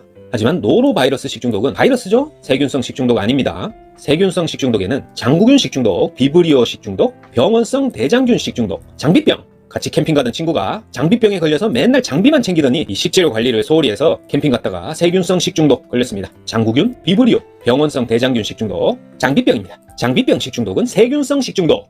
효소에 의한 갈변을 억제하는 방법으로 옳은 것은 우리가 사과를 칼로 깎아서 방치하게 되면 공기 중 산소와 반응해서 이 갈변이 되게 되는데, 대표적인 효소에 의한 갈변입니다. 그 갈변을 억제하는 방법은 환원성 물질을 첨가한다. 효소에 의한 갈변을 억제하는 방법은 환원성 물질 첨가다. 자, 탄수화물, 지방, 단백질 중에 탄수화물에 대해서 한번 총정리를 해보겠습니다. 탄수화물을 구성하고 있는 물질은 탄소, 수소, 산소입니다. 탄소는 C죠, 수소 H, 산소는 O입니다. 그래서 탄수산이죠. 그래서 탄수화물은 탄수산으로 되어 있다. 탄수산물, 탄수화물은 탄수산물입니다. 탄소, 수소, 산소로 이루어져 있고 질소 없습니다. 단백질의 구성원소에 포함되는 질소는 없고 지방은 성분이 같아요. 탄소, 수소, 산소로 되어 있어요. 하지만 단백질은 탄소, 수소, 산소 더하기 질소가 포함되어 있다. 그래서 이 탄수화물을 가장 작은 단위로 쪼개면 이 단당류가 됩니다. 단당류에는 5탄당과 6탄당이 있는데, 자, 그림으로 보시면 이 결합 구조와 원소까지 상세히 아실 필요는 없고 이 5탄당과 6탄당에 어떤 것들이 있나 정도만 아시면 됩니다. 이 왼쪽에 5탄당에는 우리 몸에 RNA, DNA 들어보셨죠? 유전자 정보인 이 RNA를 구성하고 있는 리보스와 DNA를 구성하고 있는 디옥시리보스, 5탄당에 속하고요. 6탄당에는 프락토스, 글루코스, 갈락토스, 이런 것들이 6탄당에 속합니다. 이 프락토스는 과당인데요, 달달한 과일이나 꿀 같은 데 많이 들어있습니다. 프락토스. 그리고 글루코스는 포도당이고요. 갈락토스도 6탄당입니다. 그래서 5탄당에는 리보스와 디옥시리보스, 6탄당에는 프락토스, 글루코스, 갈락토스가 속한다. 그 정도 아시면 됩니다. 시험 문제는 다음 중 6탄당이 아닌 것은 리보스, 디옥시리보스, 뭐 이런 식으로 나오기 때문에. 그리고 5탄당, 6탄당처럼 단당류 말고 두 개의 단당류가 글리코사이드 결합을 하고 있는 것, 두 개의 단당류가 결합하고 있는 것을 이당류라고 합니다. 이 이당류에는 말토스, 수크로스, 락토스가 있습니다. 말토스는 메가당인데요, 말맥입니다. 자, 두 개의 포도당이 결합을 한 구조입니다. 그래서 말포포입니다. 말포포. 두 개의 포도당이 결합한 건 말토스, 메가당입니다. 그리고 수크로스는 설탕이 대표적인데요, 포도당과 과당이 결합하고 있다. 포도당은 글루코스, 과당은 프락토스였죠. 그래서 수크로스는 포도당과 과당 결합이다. 수포과입니다. 그 다음에 락토스는 유당인데요, 포도당, 글루코스와 갈락토스가 결합한 거다. 락포갈. 말토스는 포도당 2개, 수크로스는 포도당 과당, 락토스는 포도당과 갈락토스가 결합한 거다. 꼭 알아두시고요. 그림을 한번 보시면 수크로스, 락토스, 말토스 모두 단당류 2개가 서로 손잡고 있죠? 이렇게 손잡고 있습니다. 그래서 사이좋게 단당류 2개가 결합한 것을 이당류라고 한다. 서로 이질적이다. 다를 2가 아니라 숫자 2입니다. 자, 그리고 단당류가 3개, 4개 결합한 것 중에는 올리고당이 대표적이고요. 10개에서 수천 개까지의 단당류가 중합체를 이룬다. 다당류입니다. 복합 당질이라고도 하고요. 이 다당류에는 전분, 글리코겐, 식이섬유 있습니다. 먼저 전분은 아밀로스와 아밀로펙틴으로 구성되어 있죠. 전분은 아밀로스와 아밀로펙틴으로 되어 있다. 그리고 글리코겐은 간과 근육에 저장이 되고, 자, 마지막으로 식이섬유에는 수용성인 펙틴과 불용성인 셀룰로스가 있습니다. 그래서 너무 깊이 있는 내용보다는 식이섬유에는 펙틴과 셀룰로스인데 펙틴은 수용성, 셀룰로스는 불용성이다 정도. 전분에는 아밀로스와 아밀로펙틴으로 구성되어 있다. 전분, 글리코겐, 식이섬유는 다당류고, 이당류는 단당류 2개가 결합한 것인데, 말토스, 메가당은 포도당 2개, 수크로스, 설탕은 포도당과 과당, 락토스, 유당은 포도당과 갈락토스가 결합한 것이다. 요거는 꼭 알고 있어야 문제를 풀 수가 있습니다. 자, 강화식품에 대한 설명으로 틀린 것은, 강화식품은 식품에 원래 적게 들어있는 영양소를 보충한다. 맞고요. 식품의 가공 중에 손실되기 쉬운 영양소를 보충한다. 영양소를 강화시킨 거죠. 맞고요. 강화 영양소로는 비타민 A, 비타민 B, 칼슘 등을 이용한다. 이것도 맞습니다. 하지만 알파화 쌀은 대표적인 강화식품이다. 자, 이 알파화라는 것은 영양소를 강화한 게 아니고요. 호화를 말합니다. 호화. 쌀의 전분을 익히는 것을 알파화라고 합니다. 같은 말로 호화라고 한다. 해조류는 알카리성 식품에 해당한다. 하지만 육류, 어류, 곡류는 모두 산성입니다. 해조류는 알카리성, 육류, 어류, 곡류는 모두 산성입니다. 두부를 만드는 과정은 콩단백질에 소금물 같은 무기 염류를 이용해서 응고시키는 변성을 가져와서 두부가 되는 겁니다. 두부를 건조해서 만들거나 효소를 이용한다거나 동결을 이용해서 그 형태를 변성시키는, 변화시키는 게 아니죠. 두부 단백질, 글리시닌을 소금물, 무기 염류로 응고시키는 겁니다. 그게 바로 두부다. 우리가 꽃 부분을 식용 부위로 하는 식물은 콜리플라워입니다. 이름에 플라워 있죠? 꽃이 있습니다. 꽃. 주로 꽃 부분을 먹는다. 꽃 부분을 식용 부위로 하는 콜리플라워. 현미는 벼의 완겨층 부위를 벗겨낸 것입니다. 현미는 벼의 다른 부분 아니고 완겨층 부위를 벗겨낸 것이다. 시설 위생을 위한 사항으로 적합하지 않은 것은, 먼저 적합한 사항 보면 주방 냄비를 세척 후에 열 처리해둔다. 주방의 천정 바닥 벽면도 주기적으로 청소한다. 당연하죠. 나무 도마는 사용 후에 깨끗이 하고 일광 소독을 하도록 한다. 젖은 채 두지 않습니다. 하지만 딥프라이어, 튀김기의 경우에 기름은 매주 뽑아내어 걸러서 찌꺼기가 남아있는 일이 없도록 한다. 찌꺼기가 남아있는 일이 없도록 한다. 맞는 것 같은데 매주 일주일마다 하면 벌써 이 기름이 공기와 접촉해서 많이 산화되어 있습니다. 그래서 매주는 너무 늦고 기름 상태를 봐서 매일 해야 됩니다. 넘어가겠습니다. 자, 사과의 갈변은 아까도 잠시 봤듯이 효소 반응에 의한 거라고 했는데요. 사과에 칼로 상처를 내게 되면 그 상처 부위가 공기 중에 노출이 돼서 산화 효소에 의해서 사과의 폴리페놀 성분 많죠? 그 페놀 화합물이 산화돼서 멜라닌으로 전환되는 현상이 바로 사과의 갈변입니다. 사과의 갈변은 상처가 공기 중에 노출돼서 산화 효소에 의해서 페놀 화합물이 산화된 다음 멜라닌으로 전환된 거다. 자, 문제는 어떤 식으로 나오냐면,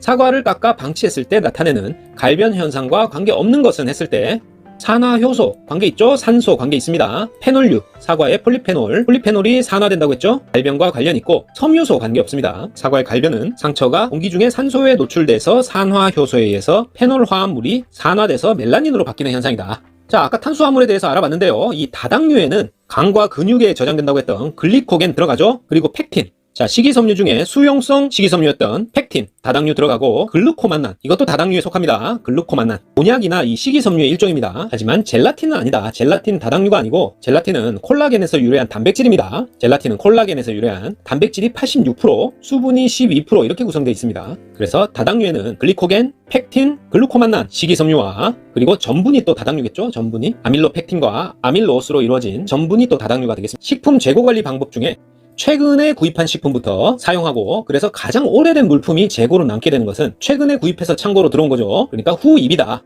그걸 먼저 사용하려고 창고에서 출고되니까 후입 선출법이다. 가장 나중에 창고로 들어온 게 먼저 사용하려고 나간다. 후입 선출법. 근데 그렇게 되면 가장 오래된 물품이 재고로 남아서 유통기간 지나서 버리게 될 수도 있겠죠. 당장 사용하는 것은 신선하겠지만. 그래서 보통 선입 선출법을 씁니다. 먼저 들어온 것을 먼저 나간다.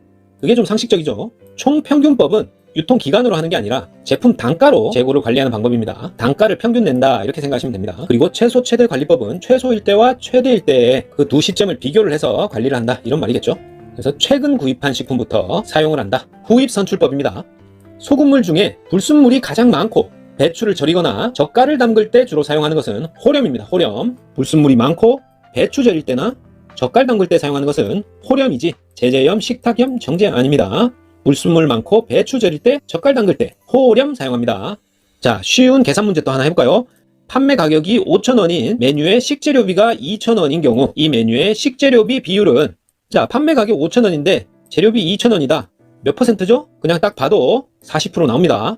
그래서 식재료비 비율은 총 매출액, 총 판매가에 식재료비가 차지하고 있는 비율이니까 요 아래 계산기 키셔서 식재료비 2,000 나누기 판매 가격 5,000 이렇게 하면 0.4 이렇게 나오고 40%를 답으로 찾으시면 됩니다. 자, 젤라틴에 대해서 좀 알아보면 젤라틴은 3에서 10도에서 젤화되며 온도가 낮을수록 빨리 응고한다. 당연하겠죠? 3에서 10도에서 젤화된다. 자, 과일 젤리나 양갱의 제조에 이용한다? 한찬입니다, 이건. 그리고 해조류로부터 얻은 다당류한 성분이다. 이것도 한찬에 대한 특성이죠. 이렇게 젤리와 한찬에 대한 비교 설명이 자주 출제됩니다. 그리고 산을 아무리 첨가해도 젤 강도가 저하되지 않는 특징이 있다? 아니고요. 젤라틴에 산 첨가하면 강도가 저하됩니다. 그래서 3에서 10도에 젤화되고 온도 낮을수록 빨리 응고한다 이건 맞고 과일 젤리, 양갱, 해조류로부터 얻은 다당류다 한천이고요. 젤라틴은 산을 첨가할 때 강도가 저하된다. 이 정도 알아두시고 물품의 검수와 저장을 하는 곳에 꼭 필요한 집기는 저울과 온도계입니다. 자, 계량컵과 계량 스푼 아니에요. 꼭 맞는 것 같지만 검수와 저장하는 곳에 스푼으로 하루 종일 할 수 없습니다. 그냥 저울로 답니다. 그리고 온도가 중요하기 때문에 온도계 꼭 필요합니다. 저울과 온도계다. 검수와 저장하는 곳에서 꼭 필요한 집기류는 저울과 온도계다. 김에 대한 설명 중 옳은 것은 김은 칼슘 및 칼륨이 풍부한 알칼리성 식품이다. 맞습니다. 자, 해조류는 알칼리성 식품이었죠. 붉은색으로 변한 김은 불에 잘 구우면 녹색으로 변한다. 원래 신선한 김은 불에 구우면은 일시적으로 녹색으로 변하는 그런 특성이 있습니다. 김에 있는 색소 성분이 한 3-4가지 됩니다. 그런데 붉은색으로 이미 변한 김은 불에 굽는다고 녹색으로 변하지 않습니다. 그리고 건조김이 조미김보다 지질 함량이 높다 틀렸습니다. 조미를 했을 뿐이지 지질 함량이 더 높지 않아요. 김의 감칠맛은 단맛과 지미를 가진 시스틴 매니트 때문이다. 자, 시스틴 매니트는 김의 감칠맛을 내는 게 아니라 김의 고소한 맛을 냅니다. 김의 감칠맛은 글리신 그리고 알라닌에 의한 것입니다. 칼슘, 칼륨이 풍부한 알칼리성 식품이다. 오고요. 붉은색으로 이미 변한 김은 불에 잘 굽는다고 녹색으로 변하지 않는다. 건조김은 조미김보다 지질 함량 높지 않다. 김의 감칠맛은 시스틴 매니트에 의한 게 아니고 글리신과 알라닌에 의한 것이다. 김에 대한 설명이었습니다. 조리 방법에 대한 OX 퀴즈 한번 해볼까요? 채소를 잘게 썰어 끓이면 빨리 익힘으로 수용성 영양소의 손실이 적어진다. 채소를 잘게 썰게 되면 표면적이 넓어지겠죠? 그렇게 표면적이 넓어져서 끓는 물에 닿는 부분이 많아지면 수용성 영양소의 손실이 오히려 많아지겠죠? 전자레인지는 자외선에 의해 음식이 조리된다. 자외선 아니고요. 마이크로파입니다. 초단파. 마이크로웨이브를 이용합니다. 전자레인지는. 그 다음에 콩나물국의 색을 맑게 만들기 위해서는 소금으로 간을 한다. 맞죠? 푸른색을 최대한 유지하기 위해 소량의 물을 넣고 채소를 데친다. 아니죠? 푸른색을 최대한 유지하기 위해서는 채소의 유기산 농도를 희석시켜야 되는데 그러려면 물은 푹 잠길 정도로 충분히 좀 많이 해야 됩니다. 그래서 채소에서 용출되는 비휘발성 유기산 농도를 희석시켜야 푸른색이 유지가 된다. 그래서 소량의 물에 채소를 넣고 데친다. 틀렸습니다. 단백질 함량이 14% 정도인 밀가루로 만드는 것이 가장 좋은 식품은 이건 밀가루의 종류에 따른 단백질 함량을 알고 있어야 되겠죠? 강력분, 중력분, 박력분 들어보셨을 텐데요. 일단 강력분은 단백질 함량이 12% 이상입니다. 글루텐을 많이 함유하고 있어서 탄력이 있고 쫄깃한 반죽을 만들기에 적합한 밀가루가 되겠습니다. 그래서 식빵이나 피자도우, 마카로니 여기 들어가네요. 마카로니 등이 이 강력분을 써서 만드는 식품이고 그 다음에 중력분, 증이 아니라 중력분 단백질 함량이 9에서 12% 정도인데요. 다목적으로 쓰입니다. 칼국수나 수제비, 만두피 같이 제과제빵이 아니라 한식류에도 두루두루 사용하는 중력분입니다. 단백질 함량은 9에서 12%다. 요 중력분 단백질 함량만 외우시면 그것보다 단백질 함량이 많은 게 강력분, 적은 게 박력분. 박하다, 단백질 함량이 적다 이렇게 이해하시면 되겠죠. 박력분은 9% 이하입니다. 그래서 글루텐이 좀 적고 잘 부스러지는 거, 탄력성과 쫄깃함이 없는 케이크류나 쿠키, 스콘 등 제과류에 사용되는 것이 바로 박력분이 되겠습니다. 그래서 단백질 함량이 14%다. 그러면은 강력분이겠죠? 12% 이상이니까 14% 정도인 밀가루로 만드는 것이 가장 좋은 식품은 보기들이 쭉 나와 있고 찾으라 그러면 마카로니, 피자도우, 식빵 같은 것들 찾으시면 되겠습니다. 자, 돼지 기름을 굳혀서 고형질의 경화유로 사용하는 이 라드의 대용품으로 무색, 무미, 무치하고 쇼트닝성, 크리밍성이 커서 제과 제빵에 널리 이용되는 것은 쇼트닝입니다. 이 쇼트닝성 나왔죠? 나오지 않더라도 라드의 대용품이다. 무색, 무미, 무치하다. 크리밍성이 커서 제과 제빵에 널리 이용된다. 쇼트닝 찾으셔야 됩니다. 자, 설탕물이나 단팥죽 등 달달한 거에 소금을 첨가하게 되면 더 달게 느껴집니다. 이러한 현상을 맛의 대비 현상이라고 하죠. 맛의 대비 현상이다. 설탕물에 소금을 첨가하면 더 달게 느끼는 것, 맛의 대비 현상이에요. 자, 두부의 응고제로 쓰이는 것들은 소금, 염화칼슘, 황산칼슘, 황산마그네슘, 황산이죠? 황산마그네슘, 염화마그네슘 모두 두부의 응고제로 쓰입니다. 두부는 콩 단백질이 이런 무기 염류에 의해서 이런 무기 염류 응고제를 통해서 응고된 걸 말하죠. 그게 두부인데 염화칼슘, 황산칼슘, 황산마그네슘, 염화마그네슘은 모두 응고제로 쓰이지만 탄산칼슘은 아니다. 탄산칼슘은 두부의 응고제로 쓰이지 않습니다. 염화칼슘, 황산칼슘이 쓰이고 탄산칼슘은 아니다. 자, 냉채 요리에 대해서 쭉 살펴보겠습니다. 냉채 요리는 온도가 4도씨를 유지해야 됩니다. 0도 아닙니다. 온도는 4도씨를 유지한다. 소화가 잘 되는 것이어야 되고 부드럽고 국물이 없어야 됩니다. 자, 국물이 있다 하고 출제가 잘 돼요. 국물이 있으면 안 됩니다. 냉채 요리에는 국물이 있으면 안 된다. 느끼하지 않아야 되고, 자, 음식이 나오는 그 연회의 성격을 상징적으로 표현하여 기대감을 갖게 해야 된다. 뭔가 장식들이 더해져야 되겠죠. 냉채 요리는 4도씨여야 되고 소화가 잘 되고 국물이 없어야 된다. 느끼하지 않아야 되고 연회의 성격을 상징적으로 표현해서 기대감을 갖게 해야 된다. 그리고 냉채 요리는 상온에 오랫동안 노출시켜야 되므로 당연히 위생에 주의해야 되겠죠. 그리고 냉채 요리 담는 방법 중에 어떤 물체를 형상화하는, 멋있게 만드는 그런 형상화하기는 가장 시간이 많이 걸리고 기술이 필요합니다. 형상화하기가 가장 시간이 많이 걸리고 기술이 필요하다. 그리고 냉채 조리법 중에 가장 쉬운 것은 무치기입니다. 무치기. 그냥 무치면 되니까 가장 쉬운 방법이고 부드럽고 상큼한 맛을 낸다. 무치기. 그리고 장식 중에 무는 바탕이 흰색이기 때문에 필요한 색깔로 물들이기 좋습니다. 무는 필요한 색깔로 물들이기 좋은 재료다. 그리고 장식 재료 중에 오이는 얇게 썰어서 접시 가장자리에 두르면 되니까 가장 간단한 재료입니다. 가장 간단한 재료가 뭐냐? 오이입니다. 오이. 얇게 썰어서 접시 가장자리에 두르는 걸로 장식을 할 수 있는 가장 간단한 재료다. 오이. 그리고 냉채 요리는 주 요리와 조리법이 겹치면 안 됩니다. 자, 이상입니다. 책 없이 듣기로 합격하는 합격권 총정리 영상은 여기까지였습니다. 파이팅홍공TV 구독, 좋아요 부탁드리고 저는 다음 시간에 더 알찬 내용으로 다시 찾아뵙겠습니다. 감사합니다.